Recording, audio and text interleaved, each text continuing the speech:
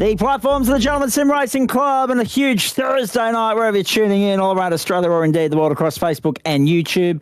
Live exclusive and free night for week 5, term 3, 2026.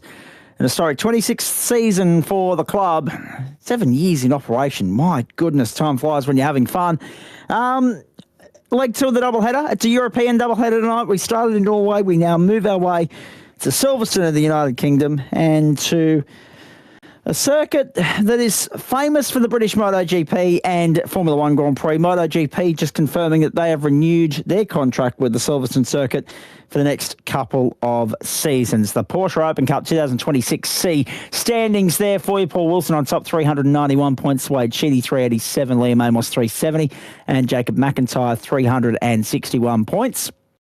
And then we go back to Jordan Pianazzola on 345. So it's 341, sorry. So it's 50 points covering the top 5 at the moment. I'm not sure. Hello to you, Andrew Neal. Good evening once more. We've got the cars out there for a warm-up, and the reason for that is, as you can see, the track is drying at the moment. And we've had some rain through the server so far. It's unknown as to whether or not this rain is going to return or stick around. But as Thorn Weggett has said, this is going to be chaos because tyre selection is going to be so critical here, mate. I just want to jump in and say, for whatever reason, my SDK Live timing link is not delivering the goods at the moment, mate. So I'm going to try and work on that. Oh, thank you. Right, that copy. Otherwise I was going to try and set up a different link. It's been a hell of a night. Thank you. There it is now. Oh, thank goodness. Now I can breathe a lot easier at this particular point in time. A commentator is nothing without his statistical data and reference points, ladies and gentlemen. Good evening to you, mate. 20 seconds to go before these cars are lining up. Some thoughts from you on what we're in for here. Another healthy field, despite it not being a full house tonight in either the Open or the Elite. Chapo already reporting that there's not as many names in the Elite split lining up tonight. A few guys potentially putting a line through this one, using it as their drop round. Maybe as a result of the weather, I'm not sure. But despite that, still in excess of 20 lining up on this grid. The numbers continue to be very strong in the Open split.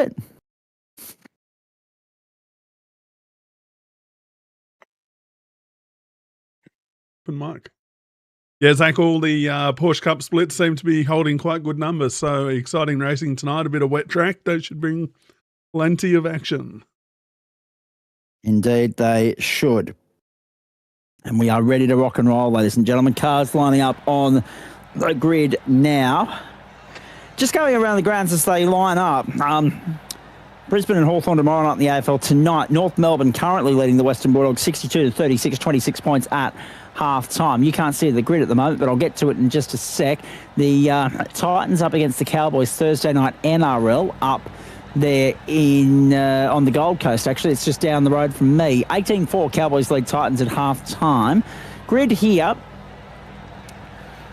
Paul Wilson, Stephen Gallacher, Wade Sheedy and Tristan Koch, Todd Suter, Joel Farley, Tom Pritchard, Callum Maxwell, Jordan Pianazzola, Parry Punter, Edward Rollo and Kurt Normanton from row 6. From row 7, it's Luke Wegener and Simon Cooper. From row 8, Blake Cox and Kelvin Little. From row 9, Shane Beaumont and Bruce Barnes. From row 10, Justin Keir and Jason Tierman. From row 11, Nathan Brentnell, Troy Mortensen and Tamoya Goodwin from the back of the grid. Can we just bring up the weather information on the right-hand side again for everybody as we get set to rock and roll here, folks? Set for a start and away. 21 degrees, lightly wet circuit. So that's where it's always interesting because we're in that trip-up switch-over point.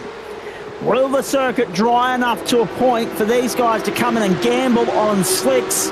And that crossover point will arrive when that track switches to very lightly wet. Clean start so far, and I stress so far. Northerly winds 21 kilometres an hour. One past midday in the afternoon. Local server time. They're 9 hours behind Australian Eastern Standard Time. 84% humidity, 20 degrees on track, and that's all I think I have to run through. 20 on the ambient. So all looking good. Damp circuit, we're away. Paul Wilson converting pole into an early race lead. Plenty of movement further back. Callum Maxwell's up 4 spots already. Jordan Pianazzola up 2. And Kurt Normanton up 3. Barry Punter also up 2 spots as well. 3 for Justin Kahir at this point in time. Barry Punter, away we go. He's up 3 spots. He's got by Pianazola.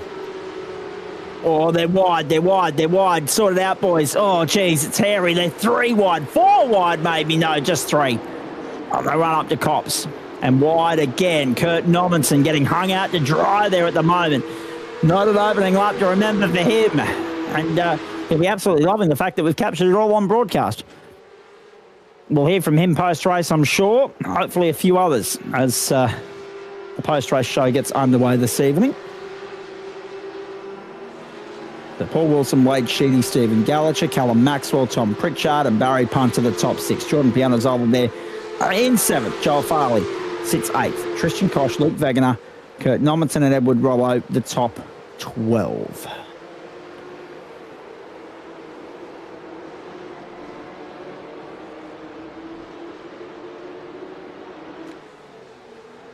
Just 3 wide, Thorne. That's right, yes. Just 3 wide. And they'll be trying to avoid, I reckon, Andrew Dale. They'll be trying to avoid those big puddles forming on the edge of the circuit.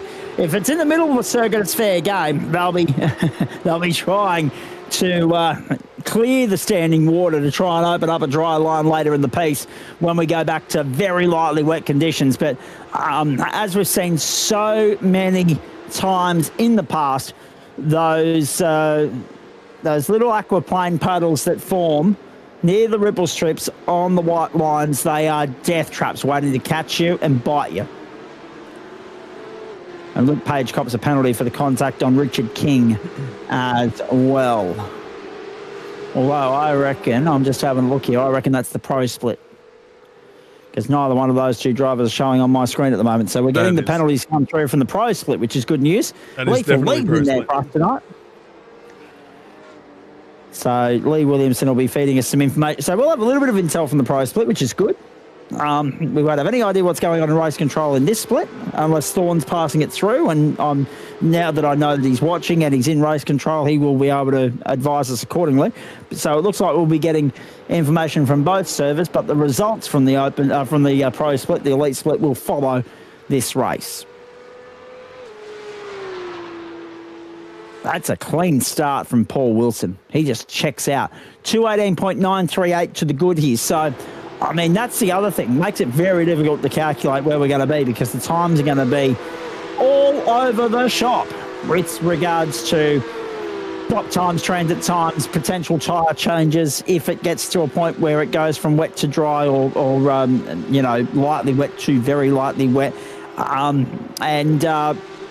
Yeah, Thorne, I was going to say, if you can feed the information through the bottom of the screen, great. But if you can't because Lee's got hold of that access, then feel free to, slide it in the YouTube comment there. Thanks, mate. I'll keep an eye on that based on when you slip comments into that thread. Thank you. Already a lap 1 stop. That was Todd Suter. I think he started on pit lane, quite frankly. Wet tyres all round across this field at the moment. No Tamoya Goodwin. We started with 22.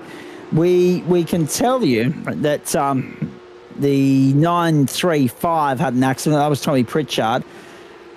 3.4 the margin. So the times will be all over the shop because as this track improves and dries up, the times will come down. Already down to a 2:14 for Paul Wilson, which at the moment, 2:15 and 2 is 4:32 is 9, 4 9s are 36, 4 4s are 16. So you'd only be looking at 18 laps.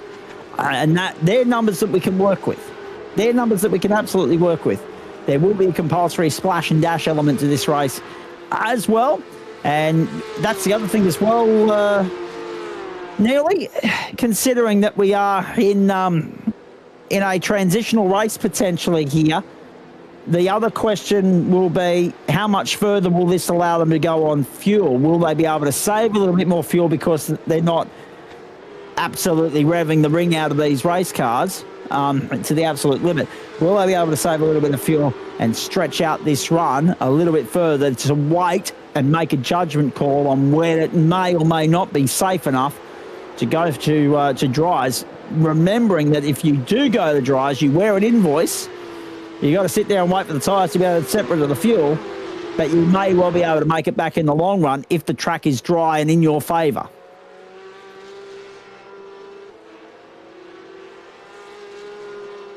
Yeah, absolutely. With this wet weather, the guys will not be getting on the throttle quite as much, and will certainly be saving fuel. So if it's anything like some of the other rounds, I would expect they wouldn't even need to take fuel, to be honest. No. 5-second penalty, Luke Page. So that's again, we are getting Luke Page's penalty rap sheet at the moment. Is making its way onto your screen from the pro split. Dave Oliver is having a run there after an early departure from Formula V. So we've confirmed all of that. We're on lap 3 of what we think will be 18 here for you. The platforms of the Gentleman Sim Racing Club. Where is Noble? That's a very good question. That's a very good question. I've got a feeling that if Mitchie's not on my rap sheet, which he's not, he might be up in the pros in the elite split, but I'm not sure. 7 minutes gone. Wilson's lead out to 3.5. He's holding that steadily over Wade Sheedy and Callum Maxwell and Stephen Gallacher and Barry Punter, and Jordan Pianazzola holds down 6th. Good to see our teammate having a nice run.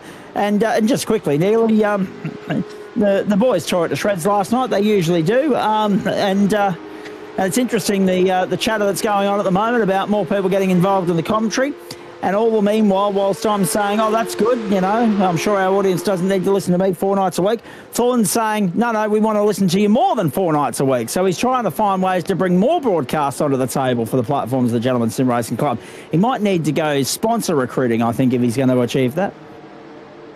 Absolutely. The more sponsors, the better. The more time you can spend on air, the better. The more we can all be driving on air as well. Bring it on, I say. Correct. Why not? Although I do like the ability to be able to, when I go to Orange in a few weeks' time for the Dunlop Kart Stars series, I'll be missing Friday Night Motorsport because I'll be sitting in a pub. I'll be sitting having happy hour with my colleagues and looking forward to that. Have a look at this. Stephen Gallacher hung out to dry. That was Jordan Pianazzola, a beautiful move on the inside to go up into 4th place. And, yes, I'm not necessarily prepared to subject the hotel that I'm staying in Orange to the copious amounts of noise complaints that would follow if I was commentating IndyCar from the adjacent walls to somebody's hotel room. I could imagine a few people having a bit of a sense of humour failure about that one for some reason. Stephen Gallacher has just been hung out to dry there again. So the floodgates have opened and he's struggling to contain them. Barry Punter's gone through. Joel Farley's gone through as well. There we go. WRM had a new sponsor announcement. So there you go. Wild Ride Motorsport recruiting new sponsors all the time, which is good to see. And every dollar helps. And look at the exposure you get on the platforms of the GSRC as well, folks. It's brilliant. I think I need a sponsor for a new CPU so that my computer can handle the rain at Silverstone. Correct. Yes, that's fair. I'm very lucky in that regard. My computer is only... Well, actually, how annoyed do you reckon I'd be if a computer that's only 9 months old wasn't able to handle that? Down the back straight. 10 minutes gone. We're on lap 5. Paul Wilson leads. 2 minute 13.335 last time through. Down the inside. Very good. Stephen Gallacher to the outside holds down position number 7. Just ahead of him still. Joel Farley and Barry Punter arguing over the same piece of real estate. Kurt Nommensen has Tristan Koch and Luke Wegener arguing over the same bit of the racetrack with him. He's got them for company right now. He's struggling to shake them off.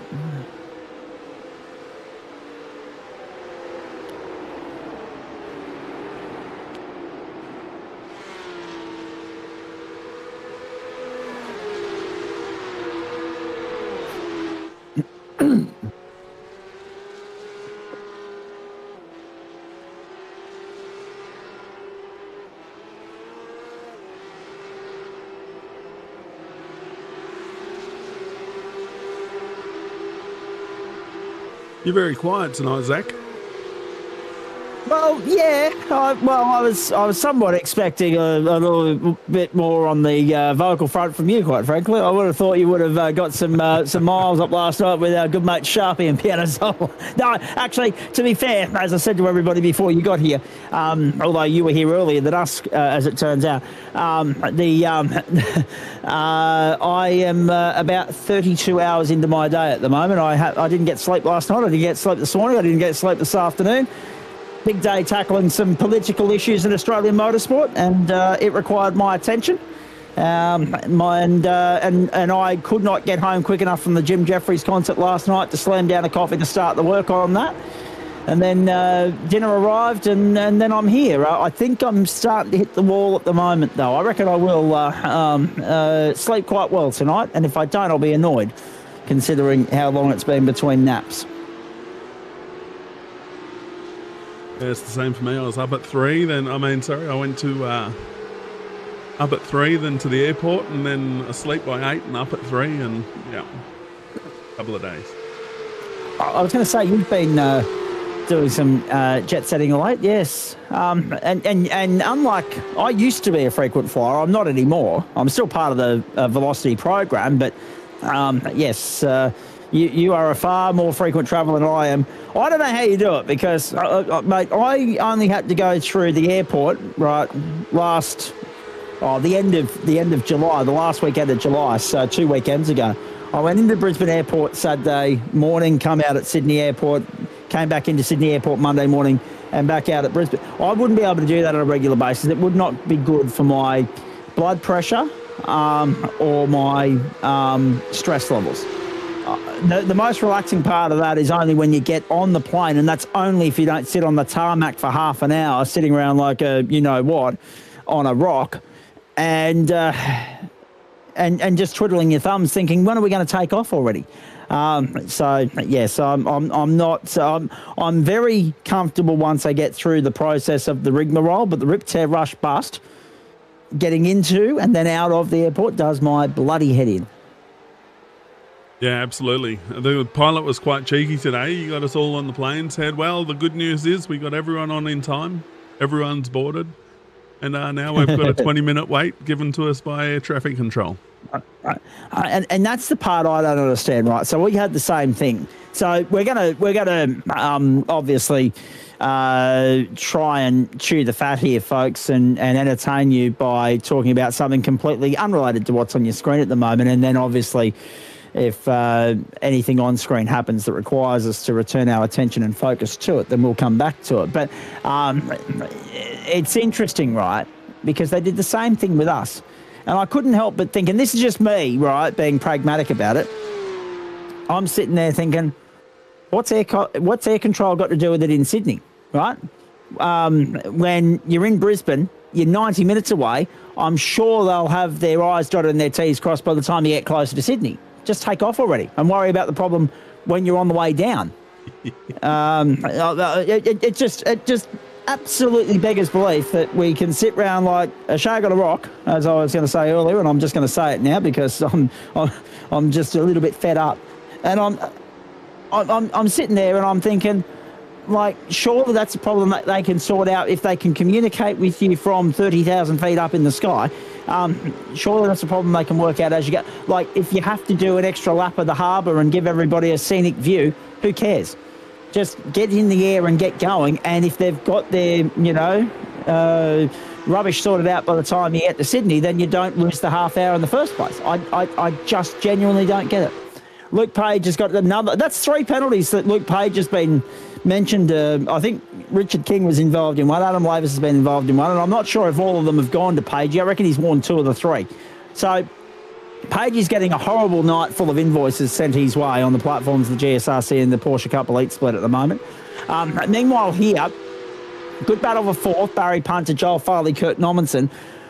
Good battle, Justin Keir, Shane Beaumont. Good battle, Kelvin Little, Blake Cox. Everybody else rather spread out beyond that. And that's the other reason I'm quiet. Like, if we're up and about and we're lively with regards to the racing and there's a real cracking scrap going on for the lead, then of course we're up and about. Thorn Leggett goes, bingo. Oh dear, we're playing GSRC bingo. How good. Time zone related talk. Yeah, actually, I'll pay that. That's good. I'll pay that. Good attention to detail from you. Wouldn't you be annoyed, right? In summertime drive, like flying from Brisbane to Sydney, and you lose half an hour on the tarmac, and you're already having to wind the clock forward 112 years in an hour as you're in the sky getting down there. So you're further behind yet again, and then you come back up, and then you're dropping back into the early part of the 20th century. It's fantastic. The 935 has crashed. Now, that's interesting. Tommy Pritchard is on the tow rope and on pit lane. Nathan Brentnell is also on pit road. That's the first of the compulsory pit stops, quite frankly. Pritchard's is not a compulsory. That's a damaged enforced pit stop, and it's interesting too because he will be able to actually that'll do it every day of the week. Caught the white line, caught the grass. You are a passenger from that point. Pritchard, it was a Nest quick departure, and he's on the tow rope. He'll be able to get back out there, but any hope he had of factoring in the results is gone. And, I mean, he'll be able to actually constitute this as his compulsory pit stop. There'll be no qualms about that. No worries with that whatsoever. But the problem is that it's just put a huge anchor on his night. And he will now just be going out there to consolidate track position and take whatever points he can salvage at that point. That's unfortunate for him. The first of the pit stops for Nathan Brentnell, he stayed on wets and was out in 23.83 seconds. And that's the point too, Neely, I reckon. So obviously it's a little bit tame by Silverstone standards, and it's a little bit tame by Porsche standards. Down on the inside, was that Joel Farley on Kurt Nommensen? Yes, it was. And that's exactly what it was. Joel Farley through to 6th, Kurt Nommensen back to 7th, and then Wegener, Suter and Gallacher in behind that. I've got this feeling. Can we just have a look at the track conditions on the right-hand side of the screen? I just get this feeling we're going to be having that discussion about whether you take the dries or not. At the moment, no, because it's still saying lightly wet. The further and further we get into this race, before that goes very lightly wet, the less and less we're having the discussion about whether you're going to change tyres or not. But I still think these guys wait it out and pit as absolute last minute as they can, as late as they can, and then make the decision accordingly. But given the rate in which it's drying or not drying so far, we're halfway into the race, next time by the line, it's still lightly wet. I just get the feeling, hold station, boys. It's not going to be a case of changing over onto the dries. It is just too costly an invoice in the Porsches when you have to do, because of the way the settings are and the regulations are, you have to do the fuel and tyres separately. Barry Punter, a bit of a hairy moment there on the inside of Kurt Nommensen. Agree or disagree? I absolutely agree.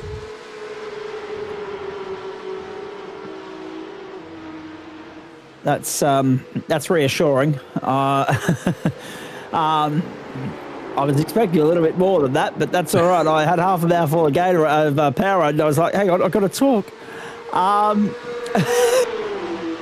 and a half minutes gone. Paul Wilson's lead out to 6.6 seconds, so he's doubled that since the last time we checked in. Farley, Punter, Nommensen and Wegener, 3rd, 4th, 5th and 6th. Sorry, 5th, 6th, 7th and 8th at the moment. That's the battle you're watching on screen. 5 of them down the back straight, fighting for position number 5. So the car in 9th is Todd Suter, and he's caught them. Overtaking coming at a premium at the moment, because you've got to go onto the wetter side of the racetrack if you're going to put yourself in a position to overtake. And I don't know you'd be driving through that puddle out of Stowe down to Club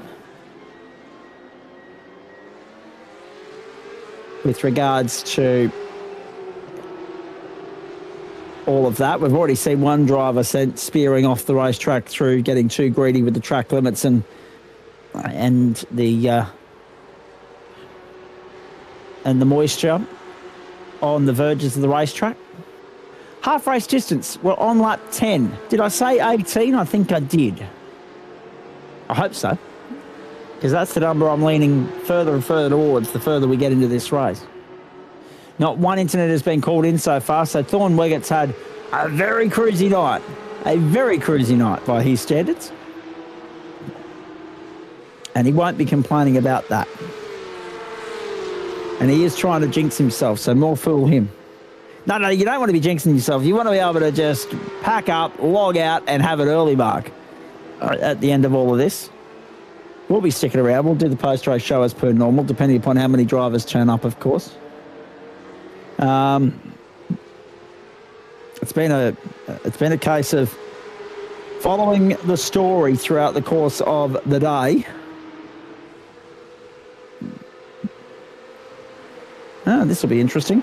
So I'm going to break some news to you at this point in time, ladies and gentlemen. And I must say thanks to Lockie Mansell, who sent this one through. So this is interesting. So this is domino number 5. So Dale Sharp and anybody else that read my Facebook post earlier today, this is breaking news as of 14 minutes ago. This is an official statement from Formula RX8. The crew run by I can't remember the bloke's name from memory, but he's got the. If you've seen the social media, you'll know what I say when I look at the bloke and I think speed dealer Sonny's, right? I know that's not the case, and it's a very cliche, sort of stereotypical sort of thing to say, but that's the first thing I think of. Anyway, so they have now released a statement. Now this is on the back of.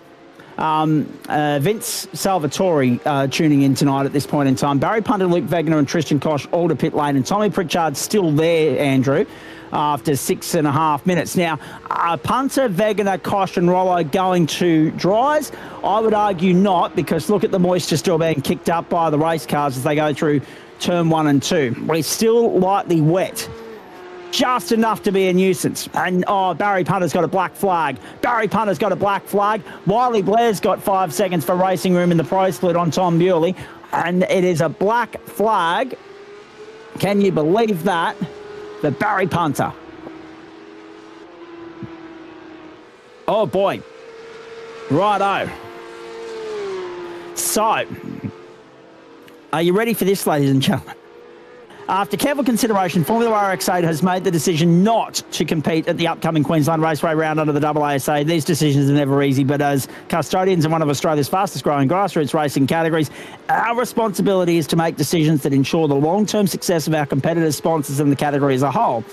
Formula RX8 was born under the High-Tech Oil Super Series, and it is no coincidence that the category has experienced such rapid growth. The professional television coverage, national exposure and promotional support have provided our drivers with something rarely seen in grassroots motorsport, the opportunity to compete on a professional stage without professional budget. Motorsport is an expensive pursuit. Every dollar spent by our competitors should deliver the greatest possible return through exposure, promotion and value. After reviewing our direction, it became clear that remaining aligned with the strongest promotional platform available is the most sustainable path for Formula RX8 and the people who invest their time, money and passion into the category. We're pleased to confirm that the remainder of the calendar will be announced within the next 24 hours, with all remaining rounds to be conducted.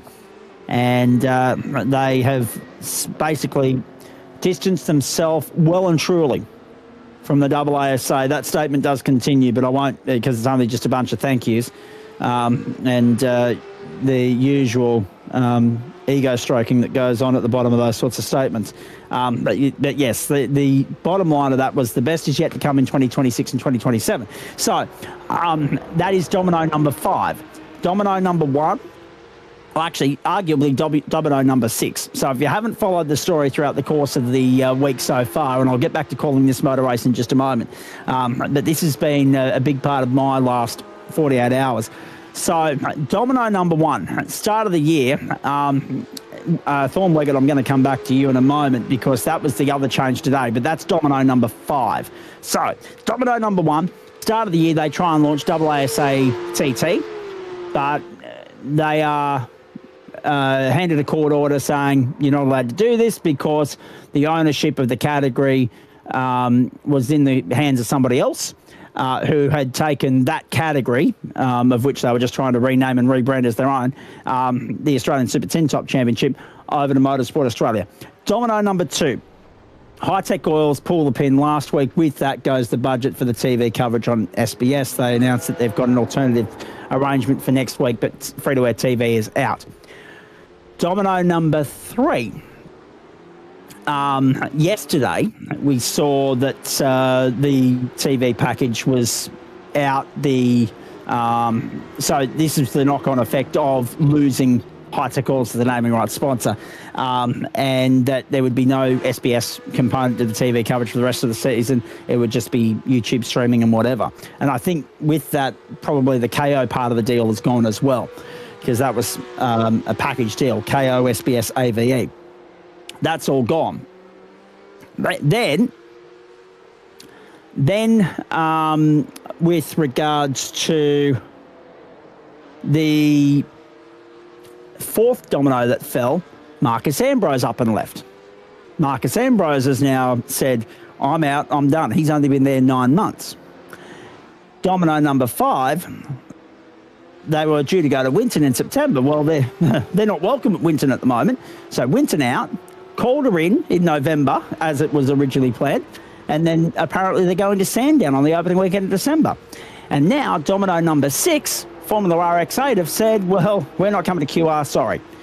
I don't know when the dominoes stop falling, but it's called the domino effect for a reason, ladies and gentlemen, and this was always going to happen. And you know what they say about karma? We've been waiting for it to hit these people for a while. It is the Australian Motorsport Story of the Year. It's the gift that keeps on giving. It's just a shame that so many innocent bystanders get caught up in such ridiculous politics. And it's really unfortunate for the sport, because at the end of the day, it only damages the sport and the competitors and the sponsors and their people. And for what? Nobody wins in this situation. Only losers. No winners.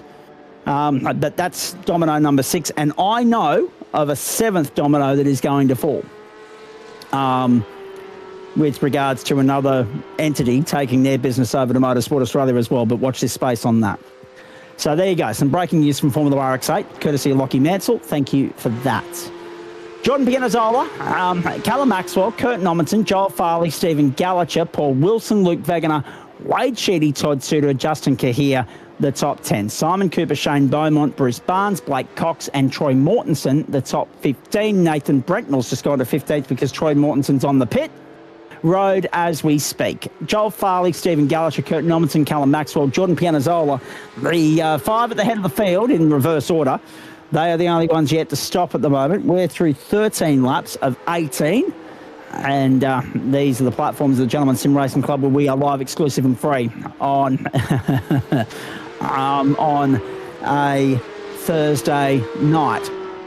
So, yes, if you're wondering why I'm a little bit wired at the moment, I've been sinking my teeth into that for the last... I got wind of the 2 dominoes that fell yesterday about 3 o'clock in the afternoon and came straight home from the Jim Jeffries concert and have not left the desk since, pretty much. It is the story that keeps on keeping on. And there's a lot of people, a lot of eyes and a lot of interest in that. So watch this space. This post updates, as they say, on the internet. Is that my end or yours, Neely? I'm worried. No, I'm worried. Very choppy. I might go to a be right back. Copy that. We'll take a break, folks. The screen... Actually, no, keep me on, because I can keep everybody up to date with audio through the timing screen. But if you want to go to the Be Right Back screen, I'll go into radio mode for the next short while. That's not a problem at all. The 822's had a spin. Thank you to... Thorne's got, obviously, accident alerts on his end, so he's keeping an eye on that. So Bruce Barnes has had a spin. The margin at the front, Jordan Pianazzola 10.7. But remember, Paul Wilson's the effective race leader here. But... something that's gone completely under the radar as I've been dealing with that breaking news that I thought was important to pass on here. Wegener has stayed out on the wets. He's the only one on the wets. Wade Sheedy's on dries. Todd Suter is on wets. But Paul Wilson, Callum Maxwell, Joel Farley, Simon Cooper are all on dries. The difference between the guys that are on the wets and the guys who are on the dries, if you're getting onto the dries, right, you're in the pit lane for a minimum of 21 seconds. Minimum. Whereas the guys that stopped and got onto the wets, they've been on pit road for as long as they needed to get the fuel, and that's it. So 6, 4, 11, 9, somewhere in there. The wets, Jordan Pianazzola, Kurt Nommensen, Stephen Gallacher, they're still out there. They're yet to make their decision. They're yet to make their call, but they've left it as late as they possibly can, to dive in as late as they possibly can, to give themselves the best possible chance to jump onto the dries if they have to. But have they missed the boat? Have the guys that have gone on and got onto the dries early called it at the right time? Time their run to perfection? We shall wait and see. Although that's very alarming. I've just had the timing screen frozen on me. That's because iRacing's closed. I've had to just restart iRacing. iRacing's crashed. Okay, right. So with that in mind, I'll go around the grounds for you. The North Melbourne Kangaroos. So there are 4 minutes left in the third quarter of the AFL. And then obviously the fourth quarter to follow that. North Melbourne 73 lead the Western Bulldogs 57.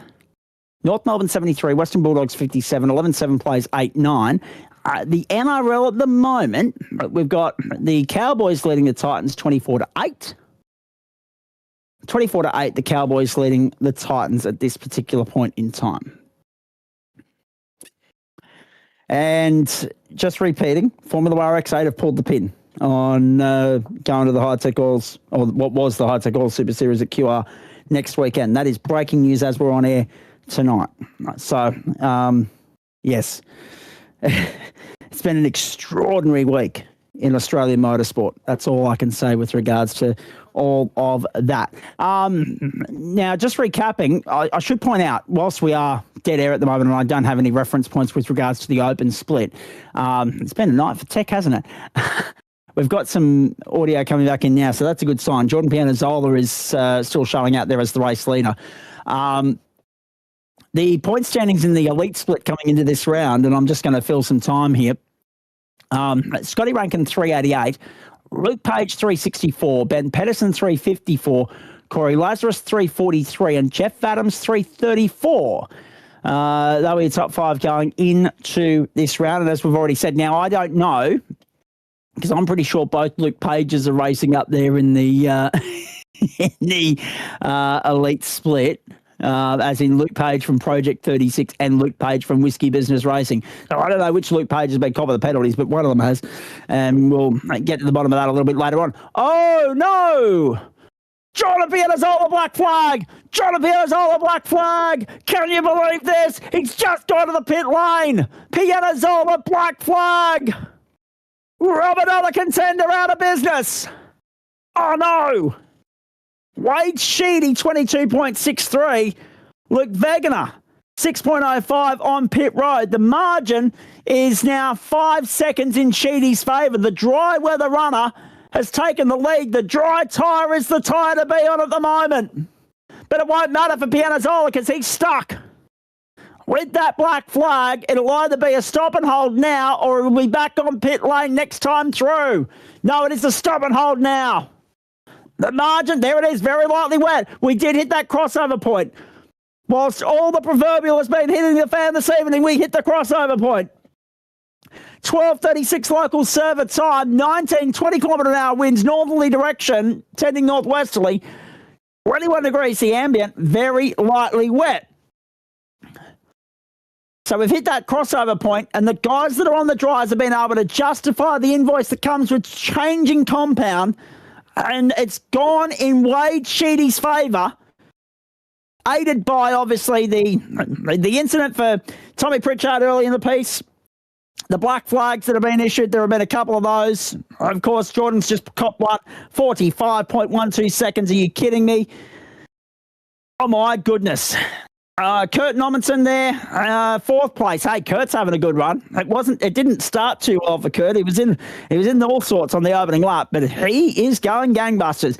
The only asterisk I have next to that at the moment is I haven't got a time next to him for pit lane, but I do have it that he's running on a dry compound. So he has stopped. I don't know what the time was.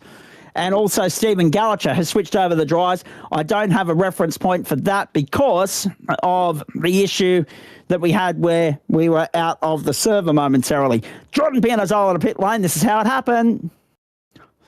Or did he trip up on the water? Did the water not allow him to puddle on the way in and slow down his braking? Oh boy, oh boy.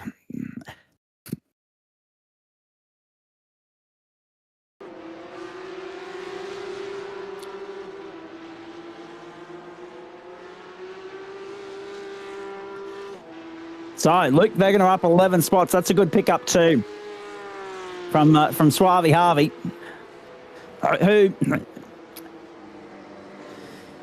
would have been keeping a close eye on Wegener's progress. He's flying under the radar tonight. Pianazzola's invoice costly, down to 7th. Have a look at this. Have a look at this. Todd Suter all over the back of Luke Wegener like a cheap suit, but Wegener's gone to second, and Wegener and Suter are both on wets. They are on the compound that you probably don't want to be on at the moment, but there's only 2 laps to go. The margin between what they're running and what Callum Maxwell and Kurt Nommensen are running, last time through, Nommensen across the line, 2:14.055. These guys 2:15. So these guys, provided the track doesn't deteriorate significantly, should still be right. Should still be right.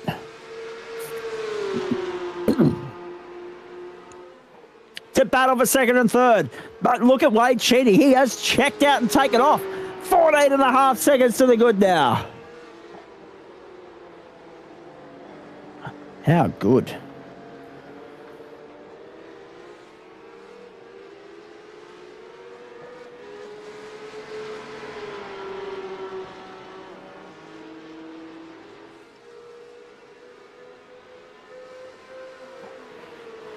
Sheedy, Wegener, Suter, Nommensen, Maxwell, Gallacher, and Pianazzola. You're right, Thorne. This is the crossover part of the race, but for the guys that pitted too early, too late. It arrived too late, much to the advantage of the guys on the dries.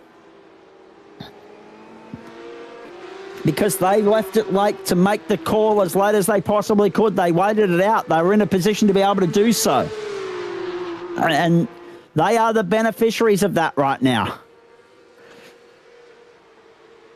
Kurt's narrowed that margin down to 7 seconds, but the white flag's going to be in the air this time by the line. Wade Sheedy seeing white flag now. Last lap, let's go. See, 18. Oh, I love it when the numbers work out. It just makes me feel so much better about the whole Zaculator system, which is Zac Calculator for those of you that want the longhand form of that. What about this? Luke Wegener side by side with Todd Suter. Suter on the inside, edging in front. Wegener responding on the outside, side by side to one Suter. Suter holds on. Sheedy, Suter, Wegener, Nommensen, Maxwell. Maxwell under pressure from Gallacher. Nommensen closing. Nommensen did a 2:10.294 last time round. He's only 3.3 away. These guys are sitting ducks. Look at them. Nommensen's on for second here if they can keep it on the black stuff.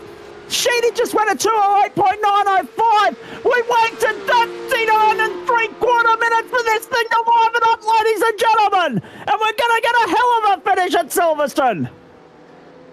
It has been tamed by Porsche standards. There's been a lot going on, and right now, all hinges on the last sector. Nommensen can eye off the podium here. He's 2 seconds away from Wegener, who's locked ground to Suter. Nommensen just has to keep it on the black stuff, find a way through, and he can snatch second at the death. Edward Rollo's just gone fastest lap of the race, 2:08.341. Wowee! Look at Kurt. Is he going to steal a podium at the death here? How fast? Whoa, off the road goes Kelvin Little. And there was another one off the road just up there as well. Barry Punter.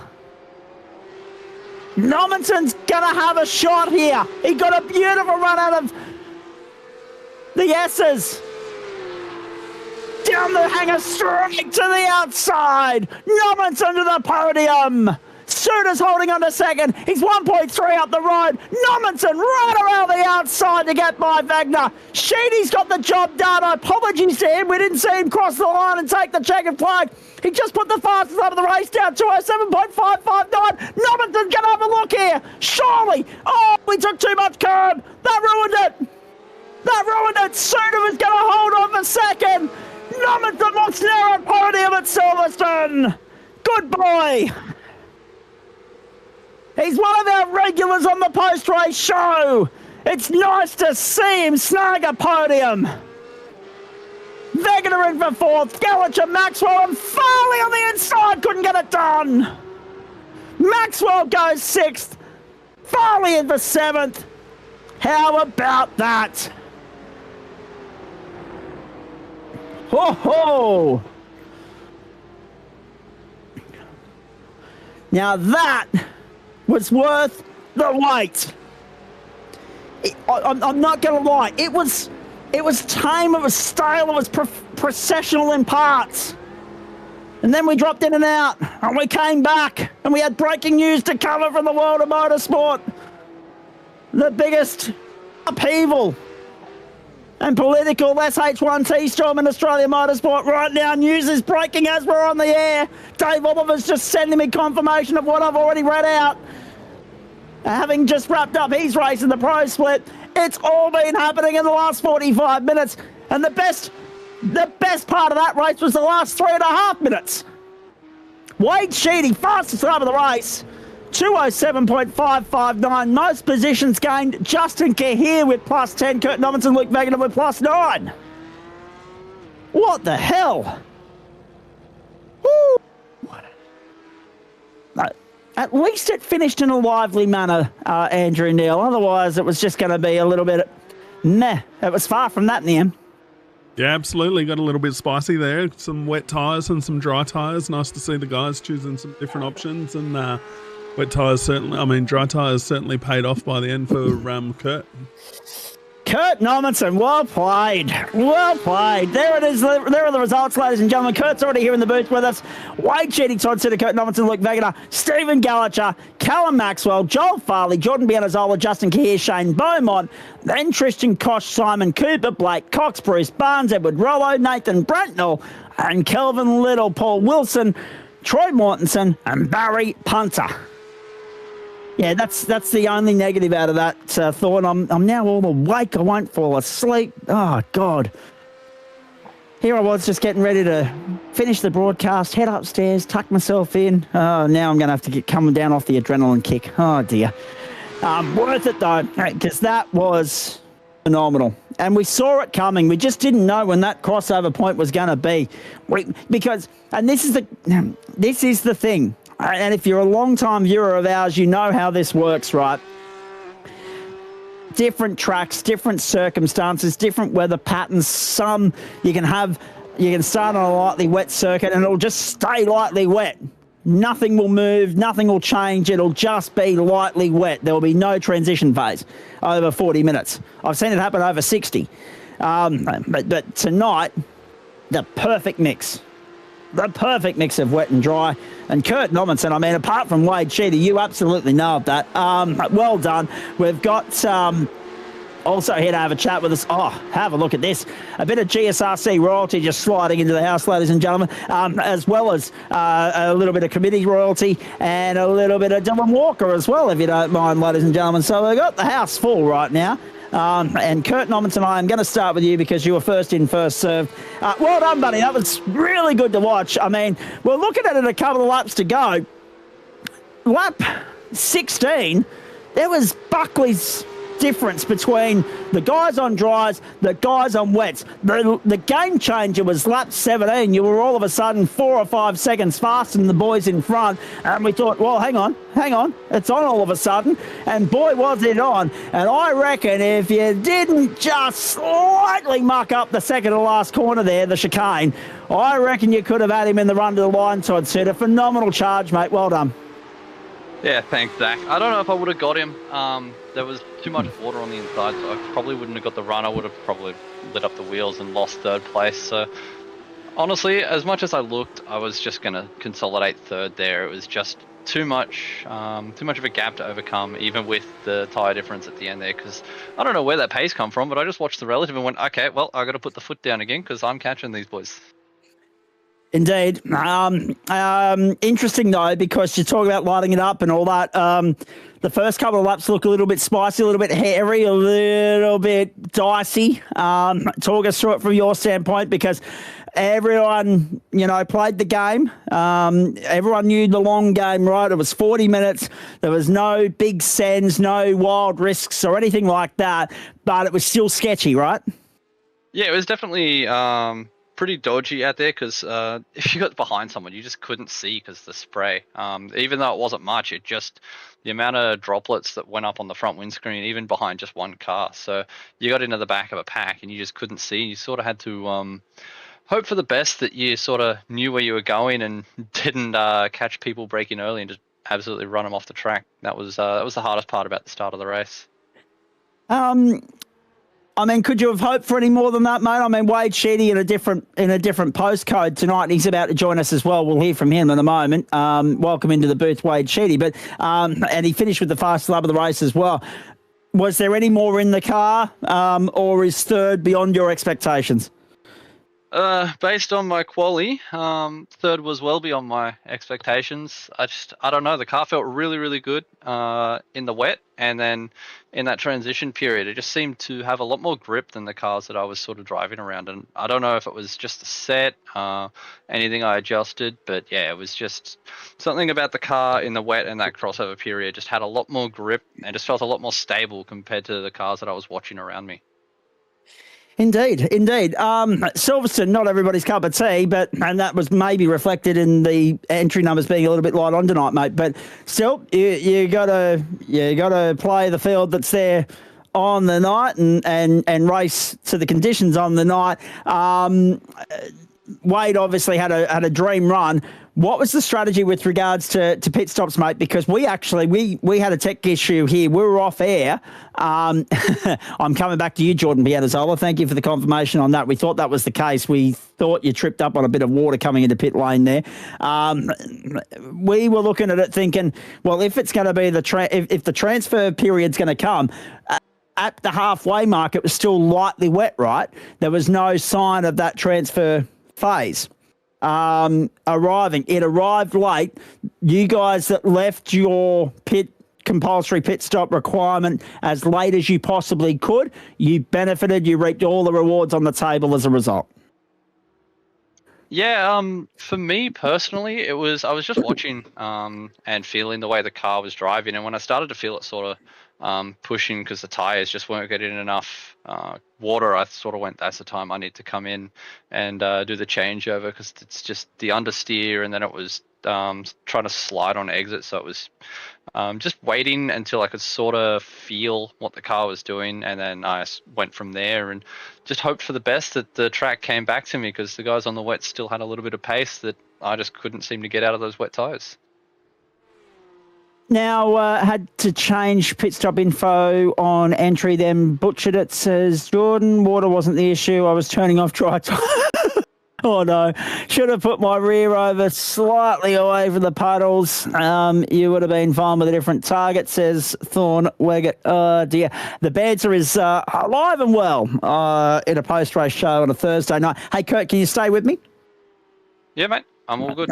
Beautiful. Hey, Lazarus is in the house, and I'm really looking forward to hearing from him. It's been far too long. And then I want to get to Thorn Weggett as well. Somebody else was in here, and we've just lost him. Dylan Walker, he's gone down to race control, so there's obviously something that's going on there. Corey might be more across that than me. But in the meantime, Wade Sheedy, well done. What a performance for you in Platinum Racing. Tore that to shreds, finished with the fastest lap of the race on the final lap. Couldn't have gone any better, really. Wade, I need you to unmute yourself. There we go. Couldn't have gone any better, really, with the exception of the delayed unmuting of the microphone there, mate. But really phenomenal performance from you. Again, like Kurt, timed your run with pit lane perfectly and then got it through to the checkered flag unscathed and a phenomenal winning margin in the end as well. Oh, you hear me now?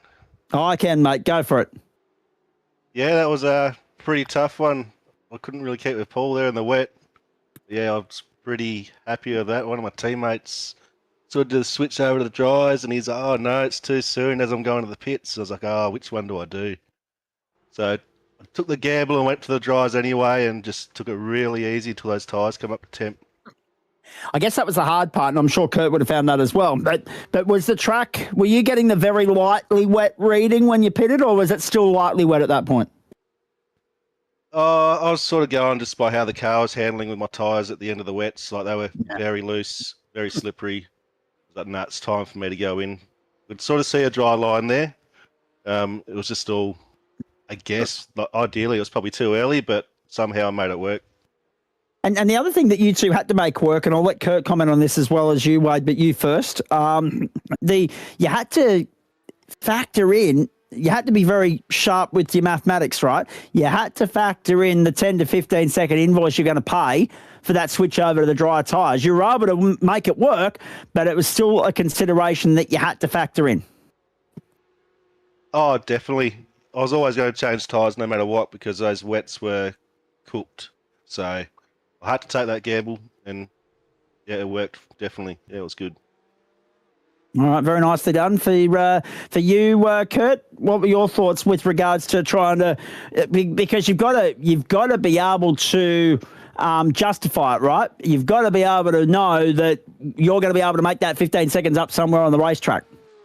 Yeah, for me it was, I could feel that the wets were starting to go off, and I knew I needed to get on the dries, especially when I was about 2 laps left in the tank. I just went, the car's just not handling, even adjusting the bias and all those little things you try and do in the cockpit. I just couldn't get anything out of it, so I just decided that, that's the time, and I knew that eventually the tyres would come back to me. I was hoping it was a bit quicker, but come back to me at the right time to at least snag a podium there. So yeah, got to take what you can when you can.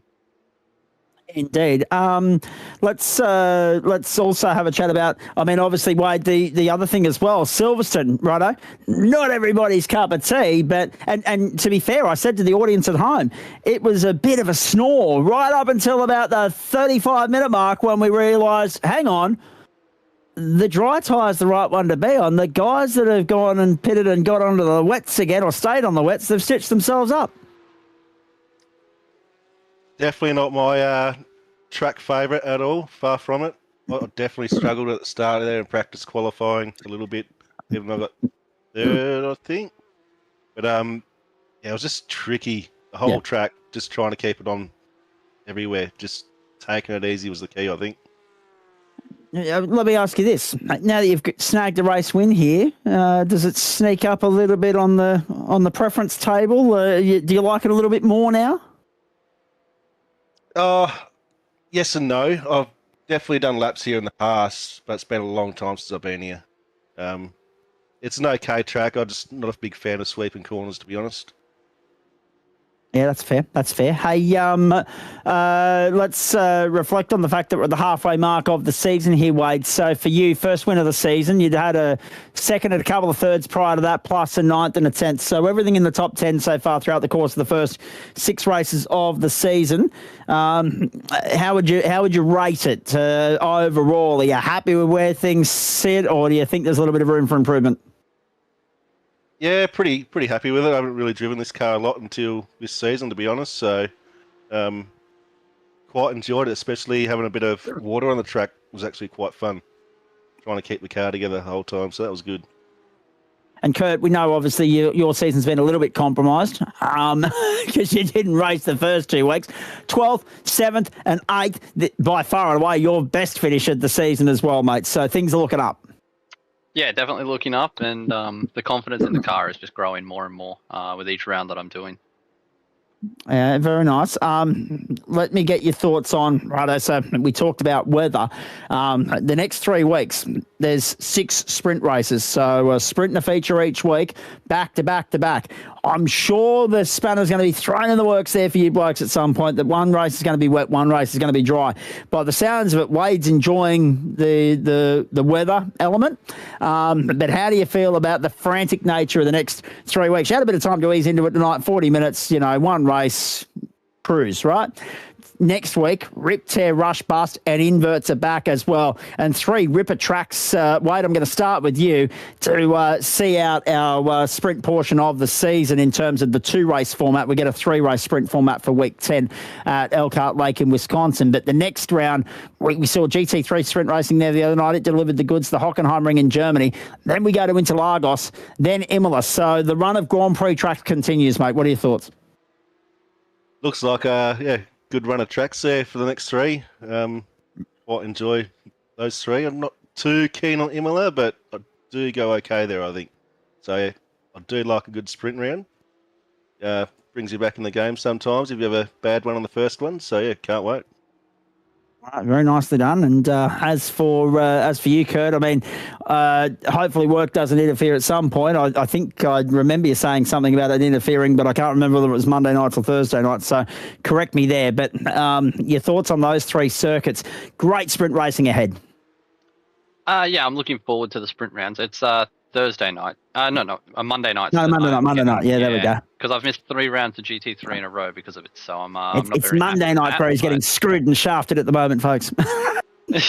Yeah, but no, I'm definitely looking forward to the sprint rounds. I've previously done pretty well in the sprint rounds, so I'm hoping I can keep that trend up this season and hopefully make some more positions back in the championship where I had to miss the first 2 rounds of this. Oh, dear. Now, let's get your thoughts on a couple of other things here, boys, because obviously there'll be a couple of guys leaving tonight with their tail dangling between their legs. They'll be a little bit disappointed with how it's all played out. But you got to take the luck when it falls your way, because more often than not, you're wondering when that good luck, that good bit of fortune is going to fall into your lap, Wade. Tonight it was you. Take those wins while you can get them, because they're all bonuses at this particular point. It keeps you in championship contention. You were second coming into the round. Now, Paul Wood, I don't think I called Woods's name at any point tonight. Did I? No. So there's one absentee that I wasn't expecting to be calling. Paul Wilson, 391. Wade Chetty, 387. Liam Amos, 370. Sorry, I've read Paul Wilson as Paul Wood. My apologies. My eyes just went funny on me. So Paul Wilson, you've covered that nicely tonight. Wilson was, in the box seat for the longest time. He was leading by a country mile during the pit sequence, but then obviously the dominoes, the chips fell where they may, and you've come out on top of him. So there's a real strong chance, Wade, that when this points matrix gets updated, and I think it'll be tomorrow, I think Adam Lavis has got an early start tomorrow morning, you're going to be top of the summit going into the second half of the season. Can you maintain the momentum and bring this thing home? I hope I can. I'm pretty sure in the last race, I got knocked off the top step. So if I can keep these points run going, it'll be really good. And Kurt, you haven't got a drop round to fall back on, but this round, I mean, you came into the night in 20th. This will vault you up the order. Where are the goalposts now? Can you get back? Like, once the drop rounds come into the equation in a couple of weeks' time, we'll get a better idea of where things sit. But can you snag a top 10 championship finish now?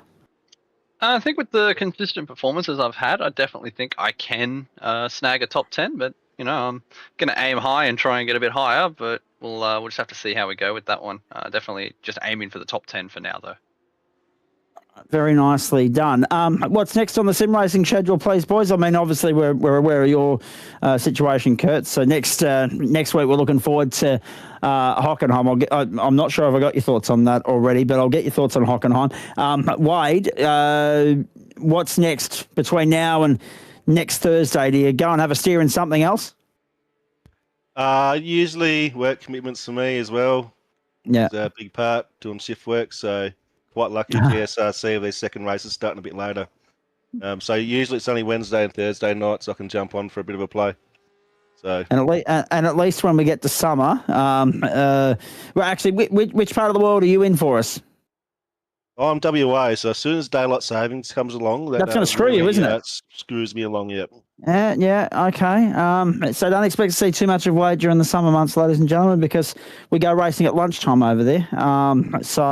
Afternoon tea time, yeah. Whereas Kurt, at least you're on the right side of the border. Yeah, that definitely helps. Even when daylight savings comes, I don't get screwed over too much. So, Unlike us. You go backwards. How many years again is it, Zach? 112 years and an hour. There's another one for your bingo card. Bingo. There we go. Yeah, there we go. I got you, boys. Kurt's got your back, everybody. Very nicely done. Hey, boys, well done. Kurt, where are the goalposts for Hockenheim, please? If I could just get more, top 5s, top 10s, I'll be pretty happy with that. I got a lot of time over the next few days to actually do some practice for this, and I'll actually be back on the grid for GT3, so there'll be a lot of practice for both of them in the next coming days. Very nice. And we are back to 90-minute mode for GT3 on Monday night as well. I won't be wanting to go into that one on the back of no sleep, let me tell you. Gentlemen, very nicely done. I won't keep you much longer. I don't think there's much more to really analyse and dissect in all of that. Just an opportunity now to give you guys the floor to thank whoever you'd like, and I'll start with the race winner, Wade Sheedy. Just thank the boys in Platinum jumping in tonight, give us a bit of a hand. That was awesome. Didn't do any practice, so I got very, very lucky. So thank you very much, boys. Cheers. And Dylan Walker is back in the commentary box with us. We'll get to him in a moment as well. In the meantime, thank you to you, Wade Sheedy. Well done, mate. Brilliant performance. And just to add insult to injury and put the salt in the wound of everybody else behind you, mate. Fastest lap on the final lap. Very slickly done. Go well. Enjoy the week. Enjoy the celebrations that go with Victory Lane, and we'll see you next Thursday. No worries. Thank you very much, guys. And great job on the broadcast. Cheers. There is Wade Sheedy. Very nicely done. Now, apologies too, boys. When you go back and watch the race, there's a fair bit going on. We had to bail out of the broadcast at one point and then back in, and then I had breaking news hit the desk that was too good not to pass on. So I'm not sure exactly how much of the race we commentated, but at least we saw the start and the finish. It's been one of those sorts of nights on the platforms of the GSRC. Kurt, who would you like to thank, please? I'd just like to thank all the boys over at RER and ARTX, Shield Coat, Sudspeed, Kibby, and Slady's Glossworks. Very nicely done. Hey, congratulations, boys. Well done. Appreciate that. Enjoy the rest of the night. Too easy. Thanks, Zach. Thorn, overseeing proceedings for, we'll talk about your Formula V a little bit later on if you're happy to stick around, but overseeing proceedings from race control, how'd you find it? Honestly, man, if I wasn't listening to you, I might have taken a nap. No, and to be honest, I wasn't exactly delivering a hell of a lot of life into it either. There for a while, it was a tame affair by Porsche standards. But from a race, obviously we can sit here and say that as much as we like. We've been through this for 6.5 years. Corey knows this better than anybody. Some nights you get an absolute ball terror, an instant classic, a cracker, and then the other nights, yes, occasionally you get a snore. But you got to take the snores right occasionally to appreciate the really good nights in the booth and out on the racetrack as well. So we'll take that, because for you guys in race control, the cleaner it is, the calmer it is, the easier it is for you guys. I don't envy Lee right now. I think he's had multiple conversations in the past 30 minutes. I've been watching people depart, and yeah, they're still going. As much as it was a bit of a snooze fest in the RC part, it's good to see that everyone was respectful and then doing some clean racing in wet conditions too. Like it's a yeah, actually that's a fair point. I know what it's like compared from my GT3 start earlier in the week compared to that. So good job to everyone that was racing tonight. That is a very good point, a very valid point, and something we maybe overlooked in all of that. We knew that the first lap was going to be treacherous and sketchy and a little bit skatey.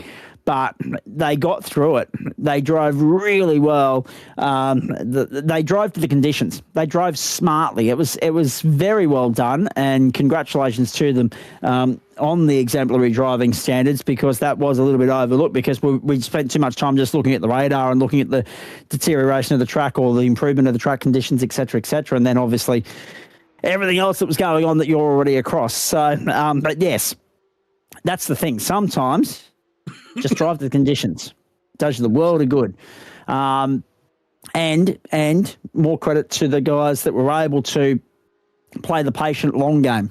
I reckon that's a test of your skill set and your character, to be able to play that long game and wait it out and wait for that defining moment where you get that crossover and you're fully committed. You're aware that you can go and make that change and justify making that change. As we said, that 15-second turnover from wets to dries, and the dry boys carved it up in the end. So very well done to them. Thorne, stick around. I want to talk Formula V with you very shortly, but I want to get to these boys while they're still here. Dylan Walker's been in and out 14 times already in this post-race show, ladies and gentlemen, because he's been down to race control and then back up here. But I am going to start with GSRC Porsche Cup royalty. Hello, Corey Lazarus. Oh, hang on. I can't hear you, Cor. I cannot hear you. There we go. After 4 years, I think I learned right. He has done this how many times, ladies and gentlemen, and he can still cock it up. I like it. Hey, you'd be happy, chappy. The Kiwis too good in the netball universe? Oh, it was sensational, mate. Yeah, thoroughly enjoyed the netty, and they deserved it. It would have been good to see the diamonds there, but no, you take any win like that. Never before have Kiwis rooted so hard for Jamaicans than what they did on Saturday night. It's as simple as that. And yet we got that whole. I got a few mates that consider the term rose gold to be very wanky because of the boomer thing back in Tokyo, but it got a run on Sunday night because that was on the line for the diamonds against the Poms, and any opportunity we can get to knock the Poms off the podium, we'll happily take it. Let's talk Porsche Cup racing, mate, because let's be honest, right? This has been a real character building sort of 6 or 7 months for you. Like, by your own admission, the transition from the 991 to the 992, the 992.1 to the 992.2, it has been far from straightforward. It's been a real challenge for a guy that is one of the cream of the crop when it comes to these cars. Yeah, there's no hiding from that fact. It has been a real battle, and just the whole handling of it, the way it reacts on curbs, and just the natural feel of the car, I've just really battled with since the changeover, and it's reflected in my I rating and race results and all the rest of it. But you know what, it brings to the forefront a lot of guys that can adapt faster, and there's plenty of guys out there that have, and congrats to them. I get the feeling though that we're on the good side of this now. This transitional phase, you've started to wrap your head around it, and the results start to come your way. I mean, except in the Pro Series, because you can't buy luck there to save yourself, right? We'll talk about that a little bit later on. But at least when you're here, you know, if it's not for Isaac Curtis or back markers getting in the road on the final lap, I don't want to bring up any sore points, but at least it now looks as though the Corey Lazarus of old is starting to get the grip of the 992.2. Maybe, but the real reason why I come in here to say hi to you guys is that I'm actually calling you today. Oh, what? Yeah, oh, no. Tonight was my very, very, very last competitive sim race. We're taking a new direction in life, and the sim rig will be up for sale within the week. And yeah, that's it. Well, you do realise, of course, that we're now going to have to clip this because this is a bit of a GSRC exclusive, and it's a scoop that we probably, well, it's nice that you come here to break it to us, but at the same time, it's not news that we want to hear. But this is really sad. This is the end of such a wonderful era. So, okay, so when you say, okay, I don't want you to divulge any information that you don't want to divulge, but I feel as though we have to have a conversation here. Stick with me, Dylan. I'm coming to you as soon as I'm done with the champ here.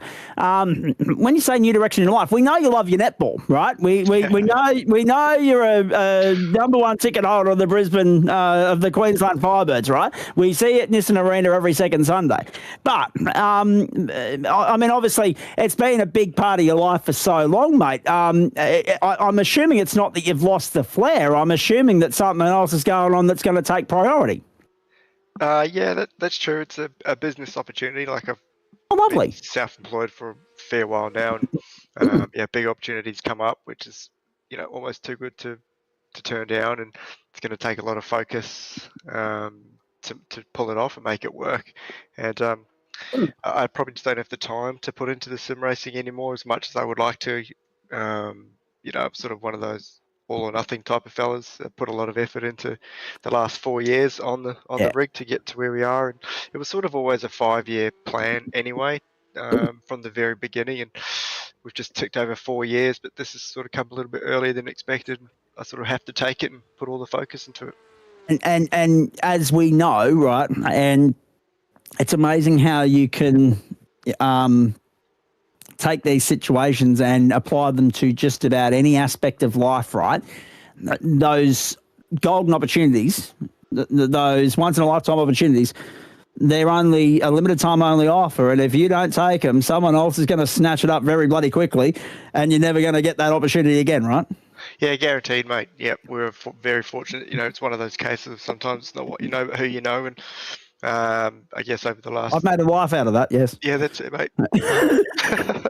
The last 13 years of business to sort of build up a client base, and it just so happens that one of our long-time clients has put us into something here, and yeah, I just sort of owe it to myself and my family to jump on it and go hard. So I needed to jump in here and say a big thanks to the GSRC crew. The last 4 years has been fantastic, and had some great conversations and some awesome racing and lots of support from the back end there and yourself. So it was easier just to get on and say thanks on the mic rather than individual messaging.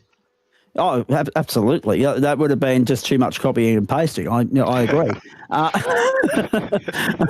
And there you go. I'm very lazy. If and when I remember to get into the happy birthday column on Facebook, it's pretty much copy, paste, and I just change the name. And, if it's the blokes, you don't want to say wonderful or lovely because that's a bit gay, so or girly. So you save that for the girls. And then if it's the mates, g'day, mate, happy birthday, hope it was a good one, hope you're well, but you don't want to glam it up too much. I get it, right? So there's a couple of things here. Are you gonna keep your Discord account at least? Yeah, probably. More than likely. Yeah, because you are welcome back in here to have a chat anytime you like, and I guess I have to make that offer on a Thursday night, because if we have you in here just to offer expert insights to the craft that you've mastered for much of the last 5 years that we've had you here, then we'd be stupid to have you anywhere else. So you are welcome in here anytime, because you're a GSRC Hall of Famer. That's number one. Number two, are you staying local? Yeah, but there will be a fair amount of national travel, no doubt. Right. Well, when you're local, we'll catch up for a cold one, right? Because we haven't had a chance to do that yet, but we'll definitely catch up for a cold one. Yeah. It's amazing, isn't it? Right? We're in the same vicinity of one another, right? He's only up near Narita, and I'm in bloody Ipswich, and yet our communication has always been through the phone or Discord. We've never had a chance. Because I'm like you, like interstate travel and other things, and I'm off to Cessnock for 7 weeks at the end of September. I've got 4 events down that way in 7 weeks, and it just makes no sense to drive 8 hours each way a week just for the sake of it, when I can crash at mum and dad's and they're still generous enough to house me for nothing. So if they were asking for rent, I'd be definitely coming back, right? I'd be taking the 8 hours to avoid paying the rent. But and that tells you everything about me that you need to know. I try and live on a budget, ladies and gentlemen. But the reality of the matter is, life is that busy that, in a couple of weeks' time, I go down to Orange. I'm back there at the start of October. 2 weeks after that's the Cessnock Postie Bike Grand Prix, which will be an extra special one this year. Then we go back to Lithgow for Kart Stars, and then I think I'm going to Canberra 2 weeks after that. And all the meanwhile, in all of that, my little sister's having what will be my second little nephew. So her first kid, but the second nephew for me. So, there's a lot going on in that period. So I will be down in Progressive Civilization, which I'm very excited about. I cannot wait. There's another one for your bingo card, Thorn. Progressive Civilization. That's on the bingo card. And that was actually first coined by the Batuta Advocate, by the way. And I said, thank you, boys. I'm using that. Let's talk about a couple of things here, right? Because obviously this is going to be a huge culture shock for you. I can only imagine that in about what have we got? We're August. I reckon by January, your feet are going to be that bloody itchy that you're going to be trying to find time to get back in the rig sporadically.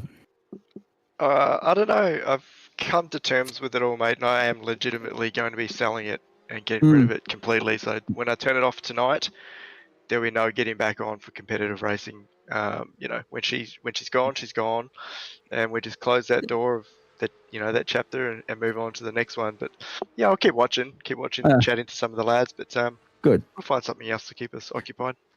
Must be hard though. I mean, a huge chunk of your life's been spent here, but also more to the point, like there's a couple of things that are on the go. Midway, season's not done, etc. Must be hard to pull up stumps without finishing the job. Oh yes, Sam. No, I mean you always want to be in it right to the end. And I was lucky enough to set the fastest lap on the very last lap of the race here, which I was sort of hoping to sign off with something on a positive note. But I've sort of come to terms with the fact that, the end was nigh and I wasn't getting back to the competitive level that I was, just purely not putting in the hours as well. So I have come to terms with it all, and I think the time's right. I'm happy with the decision. Stay there for me a minute, and we'll get to Dylan Walker as well. Andrew, have you got the results from? I haven't seen the results from this bloody elite split yet. Can you have you? Can you get them up on screen for me if you've got them there? Please. There we go. Burley. Oh no! Christ! Half a second separated the top. What was this? Is this quali or is this the race? That looks like quali to me. That's practice. Hold on, 1 sec. That's practice. I was like, hang on, half a second. Jesus. There we go. Lockie Capel with the victory. 4.8, that looks better. 4.8, Bradley Rado, Tyson Broad, Sam Chapman, Zach Kerr, Tom Bewley, Scott Rankin, Greg Cook, Lewis Grader, Adam Lavis, Eli Donaldson, Luke Page, Thomas Wilson. We're just going to have to keep scrolling down here, please, mate. Where's me mates? Kay Lazarus, 25th. Oh, bloody hell. So definitely not the swan song you would have been hoping for. Oh, no, but it was still fun. I thoroughly enjoyed it. It was started on the front row and just got loose a couple of times. It's just sort of been the trend for me in this car, and just had a bit of fun. And yeah, no, actually, I wasn't upset at all. It was just fun coming through the field and then losing it again, playing in the water. I might just get Andrew to scroll back up to the top there so that we can remind everybody. Yeah, Lockie Capel getting the job done tonight from Dylan Walker, who you'll hear from in a moment, and Bradley Raleigh. Righto, mate. Let's do the mushy stuff. What are going to be some of the takeaways, some of the memories, some of the unforgettable moments that just live with you well after the sim rig's sold and out of the house? Well, I guess, taking the 4 titles in this league was pretty awesome. Going on that little run and battling Denchi was good fun. The New Zealand Esports Hyperfiber League Championship was great. Battling with Hugo Allen and a couple of other dudes. There was plenty of really, really good racing that we spent over in the Europe leagues against some really, really, really fast guys. It was good. I think now that you can look back, you think about the journey and how enjoyable it actually was. The learning process, I think that was probably the most enjoyable. There's been heaps of good moments and met heaps of nice guys and heaps of good conversations. All around it's been just really good 5 years, mate. Well, 4 years. It's only been 4 years. Yeah. No, it's been an incredible chapter, and I mean, it's staggering to think that it's only been 4 years, because we just remember you hitting the platforms of the GSRC and just setting the world on fire, as you say, taking the battle to Denchi, eventually taking over from where he left off when he was like, you know what, 10 Porsche Cups is enough, thanks very much. Someone had to pick up the freight and rise to the throne. That was you. You went on a great championship run. It's been brilliant to watch everything you brought to the table, and I must say, and I'm not pissing in your pocket when I say this, we've loved having the likes of you and Dench, and obviously the guys that run the Elite GT3 Pro, the Porsche Pro and the Supercar Pro come here and ply their trade with our guys, because at the end of the day, the whole product is the beneficiary of that, because the guys in here, they might say, oh, we're just here for fun, but they see what you guys are doing and they want to go out and be the next Corey Lazarus. They want to be the next Matty Dench. They want to, and everybody lifts their game. Everybody improves, and the overall benefactor of that is the overall product. Usually 9 times out of 10, we're sitting here talking about guys that are getting PBs and improving and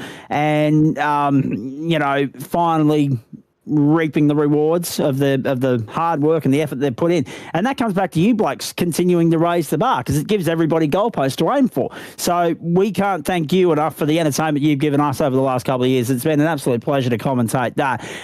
Let me ask you this, though. You're in for some real sort of culture shock with what will be, for your work schedule now, I'm assuming, something of a normal human sleeping pattern rather than getting up at stupid o'clock in the morning to go racing in Europe. So ever since I was about 20, I've been getting up that time early, just doing different things, so that won't change at all. So that's fine. But just the time at the night now, I'll probably get more time with the family. And my little girl, she's almost 9, so yeah, wow, a bit of time to hang out and do fun stuff now. Might be board game night instead of sim night. Yeah, you won't know yourself. And by the way, if it's Monopoly, it's okay for the game to end in a mini earthquake hitting the table, all right? Trust me, I've been there, I've done that. Mate, well done.